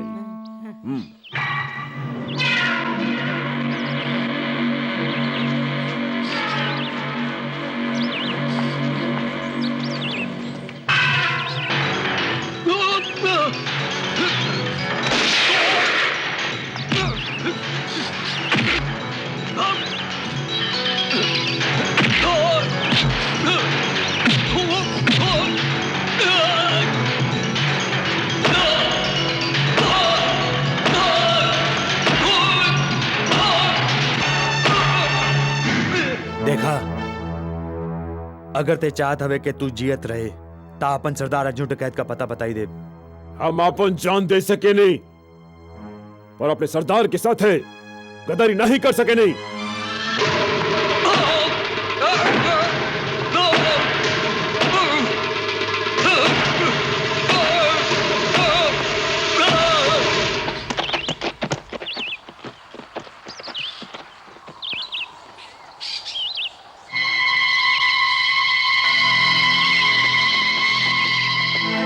चंदनपुर गांव में हमारे एक ही दुश्मन बा, जगावर चौधरी।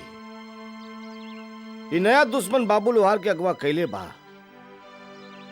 कोई सकेला कोनो पुलिस वाला होए।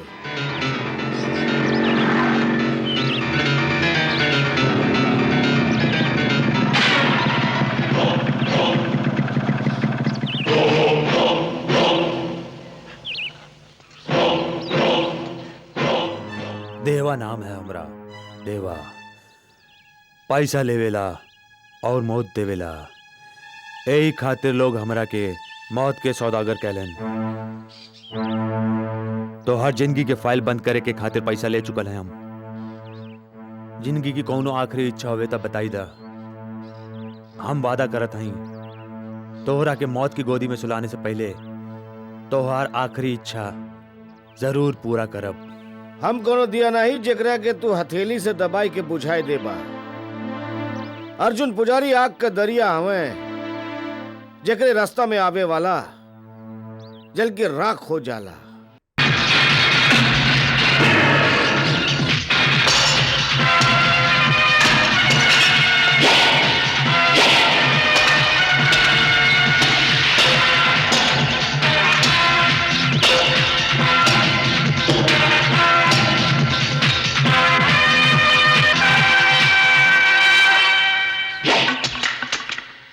तो नसीब अच्छा है कि सूरज डूब गई।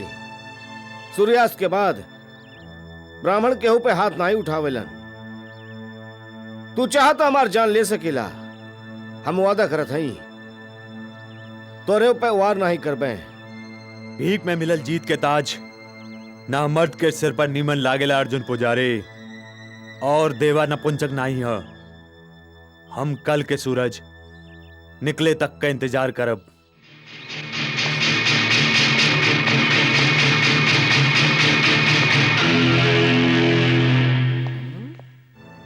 नटखट बरार से जौन अजनबी नौजवान तोहरा से अर्जुन सरदार के बारे में पूछताछ करे रहल, वो ये गांव में कहीं छुपल बा और तोहरा के पता लगावे के बा कि ये भगत कहवा बाऊ। काहे का बात है? वो एगो किराए के कातिल है और जगावर चौधरी ओकरा के शहर से बुलावले बा अर्जुन सरदार के जान से मारे खातिर।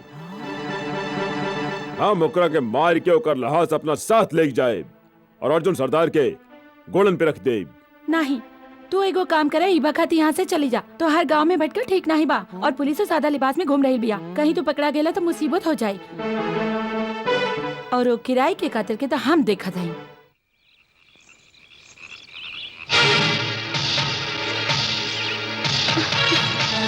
काय खातिर आइल हुआ यहाँ?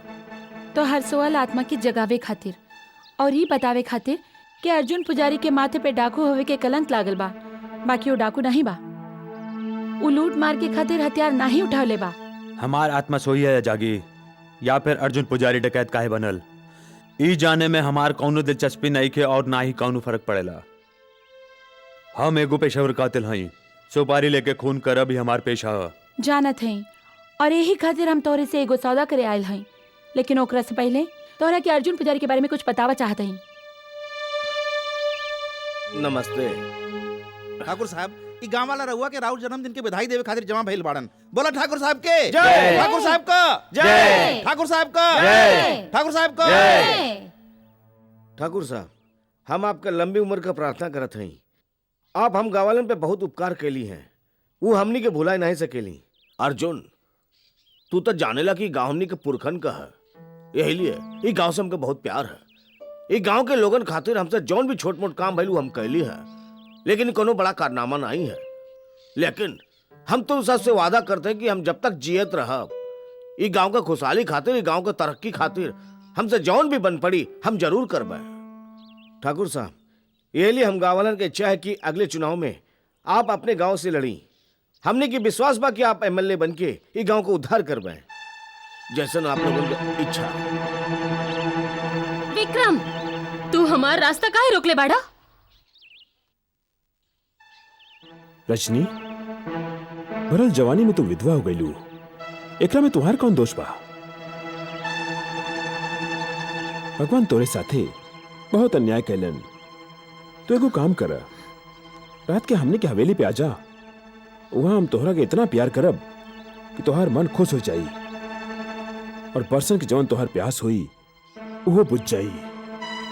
एगो विधवा साथे ऐसन बात करत तोहरा के लाज आवे की चाहिए। वादा करबू रात के आवे के तो प्यार से जाए दे, नहीं तो जबरदस्ती लूट ले तोहार इज्जत। विक्रम, तू का समझेला ई गांव में तोहर बाप के राज चलेला जौन तू कोनो लड़की के साथ जबरदस्ती कर सकेला? खबरदार, दोबारा एकरो और आँखी उठावला ता बहुत बुरा अंजाम होई तोहार। चला रजनी। नहीं फूलमती, ठाकुर विक्रम प्रताप हमरे बहन के बुरी नजर से देखे की हिम्मत नहीं कर सकेलन। उनके साथ तो हमार कोनो दुश्मनी नहीं खे। दुश्मनी नहीं खे त का भाई?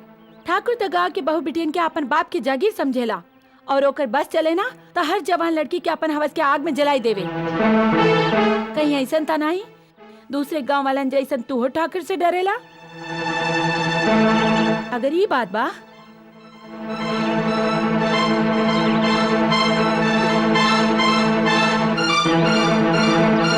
तईला चूड़ी और पहला ही के, ताकि तोहर बहन के पता लग जाए कि कितना बदनसीब हवे वो जेकरा तोहरे जैसन कायर भाई मिलल बा।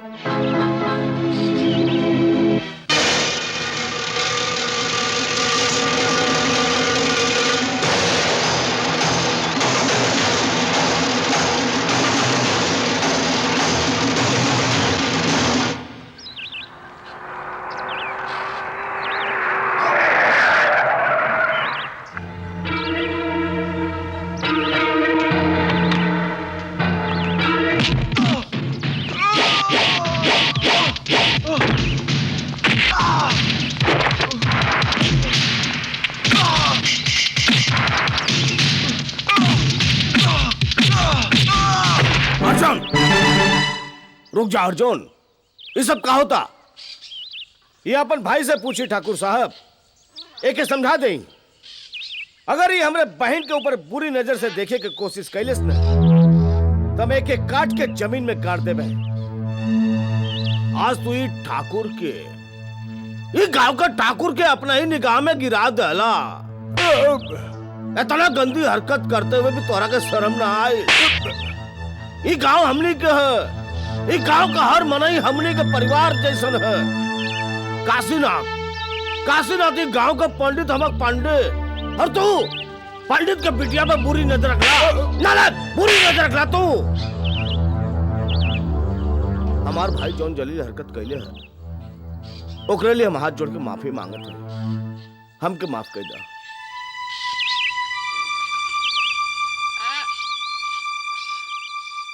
ते ठाकुर साहब के भाई पे हाथ उठावे के हिम्मत कैसे कैला? वो तो गांव के भलाई के बारे में दिन रात सोचत रहेलन। ई कैसे हो सकेला कि उनकर भाई गांव के बहु बिटियन पे बाउर नजर रखे? बाबूजी, आप हमरे पे विश्वास रखिए। फूलमती अपने अखियों से देखे। सफाई देवे के कोशिश नहीं करा। ठाकुर साहब रजनी के बिटिया जैसन मानेलन। हरिया जब रजनी के छेड़लस तो ओकर अंजाम का भइल? ठाकुर साहब ओकरा के गांव से निकाल देलन। वो एगो महान आदमी हुआ, तो के हमरे साथे चली के उनकरा से माफी मांगे के पड़ी। भैया ऐसा कुछ नहीं कहले हवन पिताजी, जे उनकरा के ठाकुर से माफी मांगे के पड़ी। और बाबूजी, ठाकुर विक्रम हमरा के बहुत बार छेड़ चुकल बाड़न, लेकिन ये बात हम आज तक केहू से ना कहनी। लेकिन आज उनकर इरादा कुछ ज्यादा खतरनाक रहल। अगर फूलमती आज बीच में ना आए तो शायद। अगर ये बात है तो हम ठाकुर साहब के लगे जाके विक्रम के शिकायत करब। एकर कोनो जरूरत नहीं बाबूजी। ठाकुर साहब पूरा गांव के सामने हमसे माफी मांगले। काहे कि विक्रम जौन कले रहल, ओकरे खातिर ओके सबक सिखावल बहुत जरूरी रहल।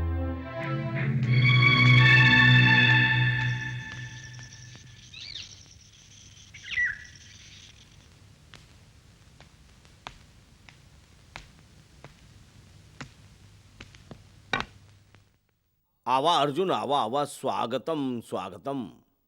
आप हमके यहाँ काहे बोलोली ठाकुर साहब? चीर हरण नाही देखबा? भैया रजनी, ठाकुर, तू जाना ले, उस दिन तोरे सामने हम अपने भाई के चाटा काहे मरली है? वो ये लिए कि जौन सु काम को शुरू कैले से ओके वो अधूरा छोड़ दे हलस। जगह चौधरी, अगर हमरे बहन के कुछ कैला न तो हम तोहार पूरा वंश मिटा देबे। वंश मिटा। एकर हालत तो देखा, ये बेचारे का हालत तो ऊ पंछी की तरह बा जेकर पर काट दिहल गइल हो, लेकिन उड़े के कोशिश कर रहा हो, लेकिन उड़ ना पावता। अब तो ही लोग फैसला करा कि पहले एकरे बहन के आशीर्वाद के दे। रहुआ बड़ा ही भाई जी, एक खातिर ठाकुर परिवार के परंपरा के हिसाब से एकरे बहन के आशीर्वाद भी पहले रहुए दे। ना ना ना ना ना, ये तो बहुत बेइंसाफी होगी। हम एक काम करत हई, हमें सिक्का एक हवा में उछालत हई। अगर हेड आई तो पहले आशीर्वाद हम दे, अगर टेल आई तो आशीर्वाद तू सब लोग मिलके दिया। ये हम सिक्का हवा में उछल लिए, हेड आ गई, अब तो हमके आशीर्वाद देवे के पड़ी।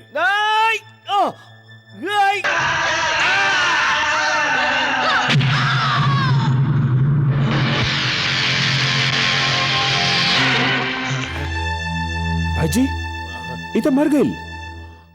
अब का हुई भाई साहब? अगर पुलिस आइल तो हमनी फंस सकीला जा। ओहो जीजा जी, अगर रहुआ चाहे तो रातों रात लाश के कहूँ फिकवा दे। नहीं साले साहब, इलाज हमने के बहुत काम के है। गन्ना जी मालिक। बीरेंद्र जी बड़ भाई जी। गन्ना समझ गए ना? हाँ।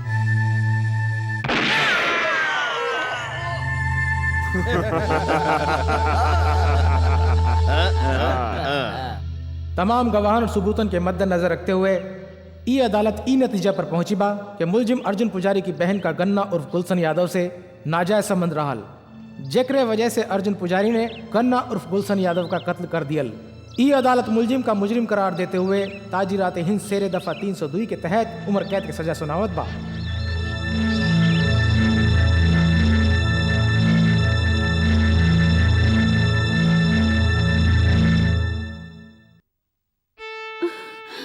ई रउआ का कर लेली?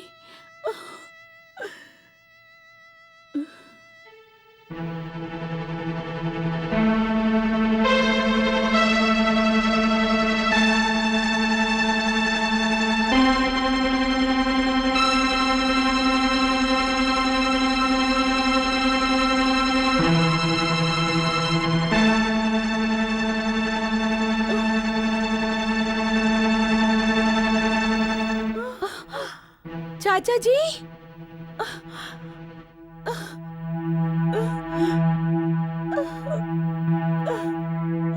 चाची, चाची,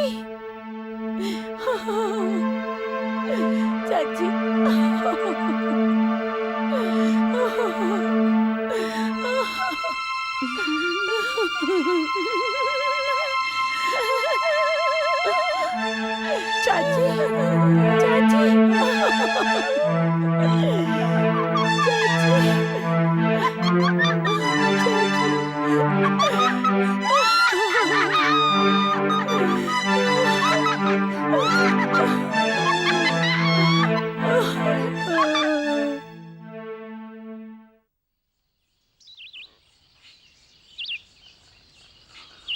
जगावर चौधरी के अत्याचार जन्म देले बा अर्जुन डकैत के। ई सब जाने के बाद भी तोहरा के लागत बा कि अर्जुन के मारब सही बा, तो हम तोहरा के साथे एगो सौदा करे चाहत हई।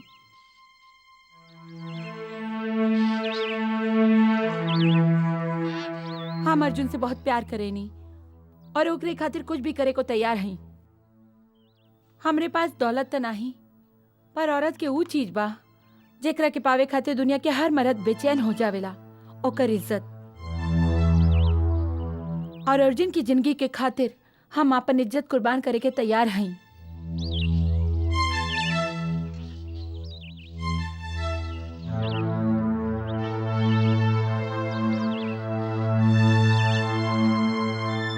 तोहरे साथ हम रात बितावे के तैयार हई, मगर एकरे बदला में तोहरा के कल सुबह सूरज निकले से पहले ई गांव छोड़ के जाए के पड़ी।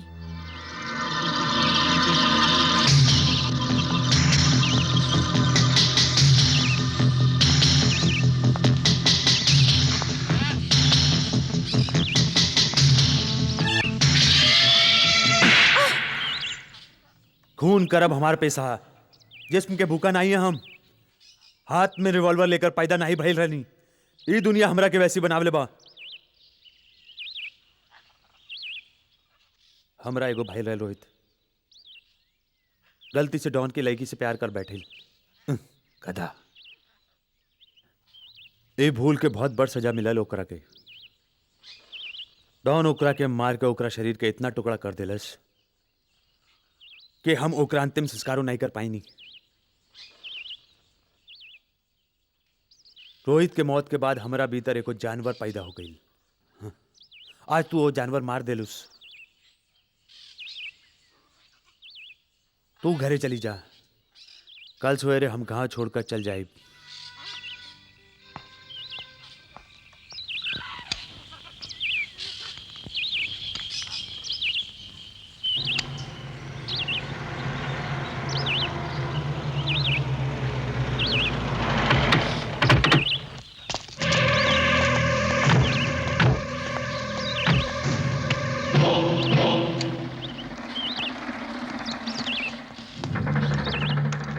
का बात है देवा, कोनो काम रहल तो जगमोहन से कहलवा देले होता। हमके बुलावे के का जरूरत पड़ गई? तो हर पैसा वापस देने खातिर ई बैग में वो 40 लाख रुपया बा जौन तू हमरा के अर्जुन पुजारी के मारे खातिर दे ले रहल। ये पैसा लौटाओ के का मतलब है तुहार? मतलब साफ बा कि हम ओकरा के मारल नहीं चाहते। का हम एकर कारण जान सकेली? वजह बतावल हम तोहरा के जरूरी नहीं समझनी। लेकिन हम जरूरी समझेली। देवा शायद तू ये भूल रहा हुआ कि तुहार शहर नहीं हमार गांव है। यहाँ बस हमार राज चलेला। हमरे इशारा के बिना तू यहाँ का सड़क भी पार नहीं कर सकेला। बचपन में हमरा के फुटबॉल खेले के बहुत शौक रहल। कहीं ऐसा ना होवे कि तोहरा धमकी सुन के ऊ शौक फिर से जाग जाए। इज्जत के साथ ऊ बैग उठाई के यहाँ से चला जा, नहीं था मजबूरन हमरा के तोरा गर्दन काट के तोरा ही लोगन के संगे फुटबॉल खेले के पड़ी। समझला? ये लौंडा बहुत फुटबॉल कर रहल बा। एक काम कर, फुटबॉल की जगह ही एक लात मार के गोल में डाल दा।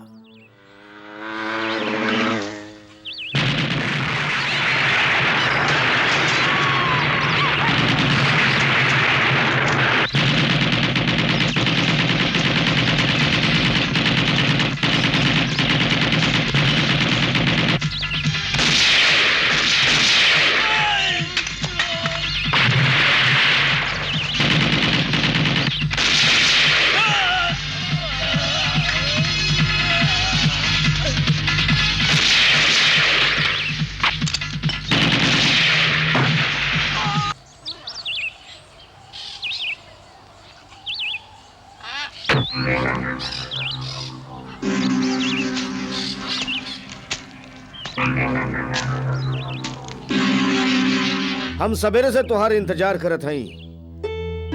सूरज सर पर आ गए और तू हमरे ठिकाना पे नहीं अइला।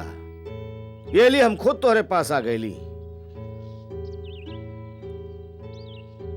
अब अहिनो तोहरे खातिर तुहार जिंदगी के दरवाजा खुलल बा देवा।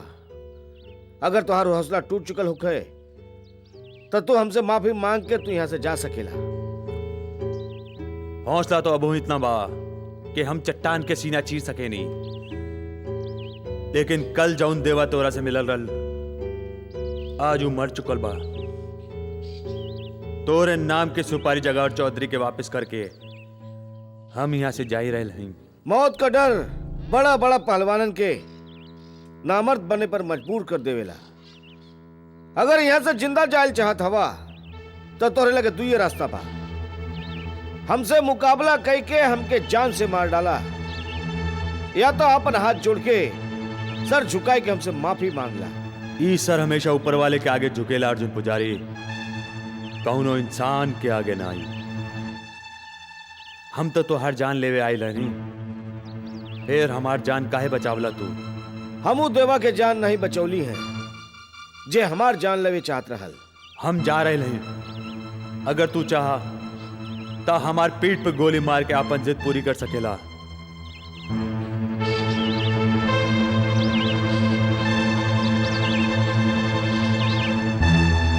सरदार रवा कहीं तो वहीं एक रात गोली मार दे। नहीं, ये मर्द आदमी है, ये यहां से मौत के डर से नहीं जा रहल बा। ज्यादा एक रखे। बड़ भाई जी, हमने लगे एक ही मजबूत हथियार रहल, वो हमनी के हाथ से निकल चुकल बा। देवा, हमनी के लोग जो ओकरा के मारे वहाँ गईल रहन, उहो नाकाम होई के लौट अइलन। ऐन मौका पे अर्जुन वहाँ पहुँच गईल और वो देवा के बचा लेलस। बड़ भाई जी, हमनी लोगवा जौन देवा पे हमला कैले रहलन, ओकरे बाद वो चुप नहीं बैठी। जख्मी शेर जैसन कौनो भी बकत वो हमनी पे हमला कर सकेला। बाजी अब हमनी के हाथ से निकलत जा रहा है भाई साहब। बड़ भाई जी, अब अर्जुन और देवा वो दोनों खत्म करे खातिर अब खुद हमनी के सोचे के पड़ी। इलेक्शन के अंदर हमारा हार हो कि या जीत, ये बात का बात बा।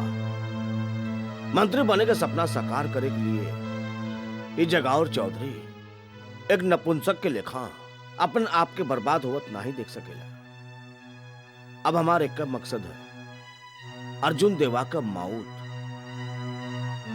अर्जुन के माई के नरक का टिकट दे दा, ताकि वो चूहा खुद ब खुद बिल से बाहर निकले और हम एको मौत का बिल्ली बन के एक ही झटका में ओकरा के खाओ निकल जाए। ओम नमः शिवाय, ओम नमः शिवाय, ओम नमः शिवाय। तो सबे हमार पति और हमार बेटिया के सराद खातिर आयल हो ना। हमार बेटा अर्जुन है ना, पूजा के सामान लेवे गइल बा, अभी आवते होई। बैठी बैठी बैठी बैठी बैठी ना, बैठी ना, बैठत है, बैठत है। ऊपर वाला कितना निर्दयी हवे, ये बेचारी के सब कुछ छीन के एकरा के जियत लाश बनाई के छोड़ लल। काहे ना एकरा के नरक भेज के धरती का बोझ हल्लुक कर दही। आवा तोरा के तोरे बिटवा लगे ले चली। हमरा बेटवा लगे? हाँ हाँ, हम अपने बेटा लगे जाई। हाँ, हम बेटा लगे जाई। हाँ, तोरा क्या महीने अर्जुन के पास ले जाए। चला आई जा आई जा आई जा। अब ही तो हर बेटवा आवत होई। आई जाए हमार बेटवा। कब ले आई हमार बेटवा? ई देखा आ गई।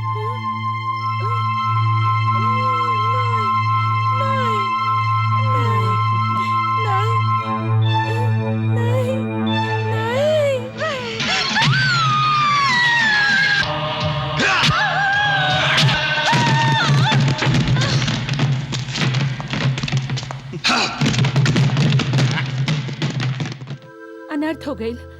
ठाकुर अर्जुन के माई के मार देलस और लहास अपने साथे ले गई। वो लोग भाई के खून करके आपन कायरता के सबूत दे ले बाड़न, लेकिन तू फिक्र नहीं करा। ठाकुर खातिर काल के सूरज मौत के पैगाम लेके आई।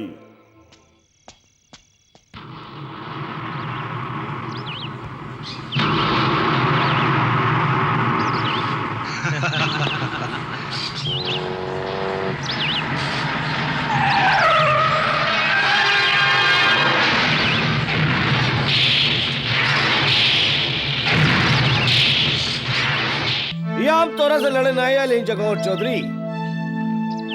हम क्या अपन माई के अंतिम संस्कार कई लेवे दे, ओकरा बाद तू हमरे साथे जौन चाहा कर लिया। तू हमके आखिर में ही लिए मारे चाहत रहा ना, ताकि हमरे अर्थी के केहू कांधा न दे सके। देखा अर्जुन, देखा बाजी पलट गई है। अब हम तोके खत्म करके और तोहार और तोरे माई के लाश गंदी नाली में बहाई, जहां सारा गांव का गंदगी बहेला।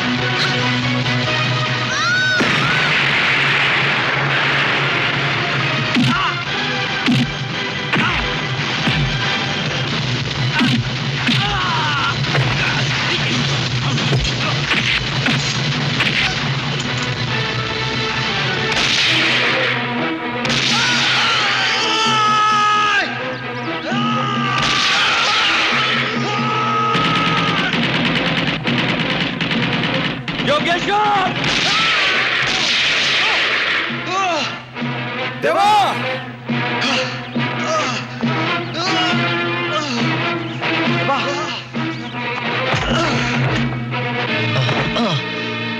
देवा हम कहले रहनी ना अर्जुन पुजारी के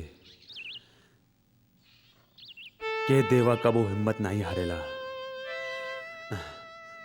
बखत आवे पे जान हार सकेला।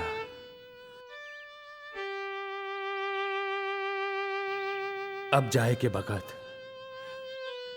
सलाम।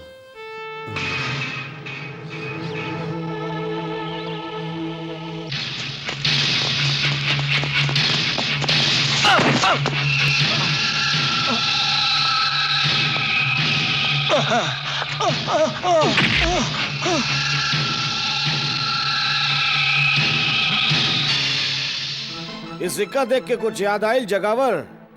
आज यही सिक्का से तू दोनों भाइयन का मौत का फैसला कर बे। अगर हेड आई तब पहले तू मरबा, ओकरे बाद तुहार भाई।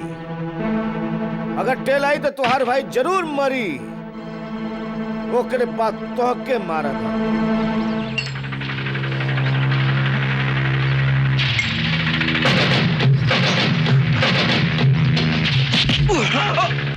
एकर मतलब कुदरत तू दोनों का मौत इकट्ठे चाहतिया।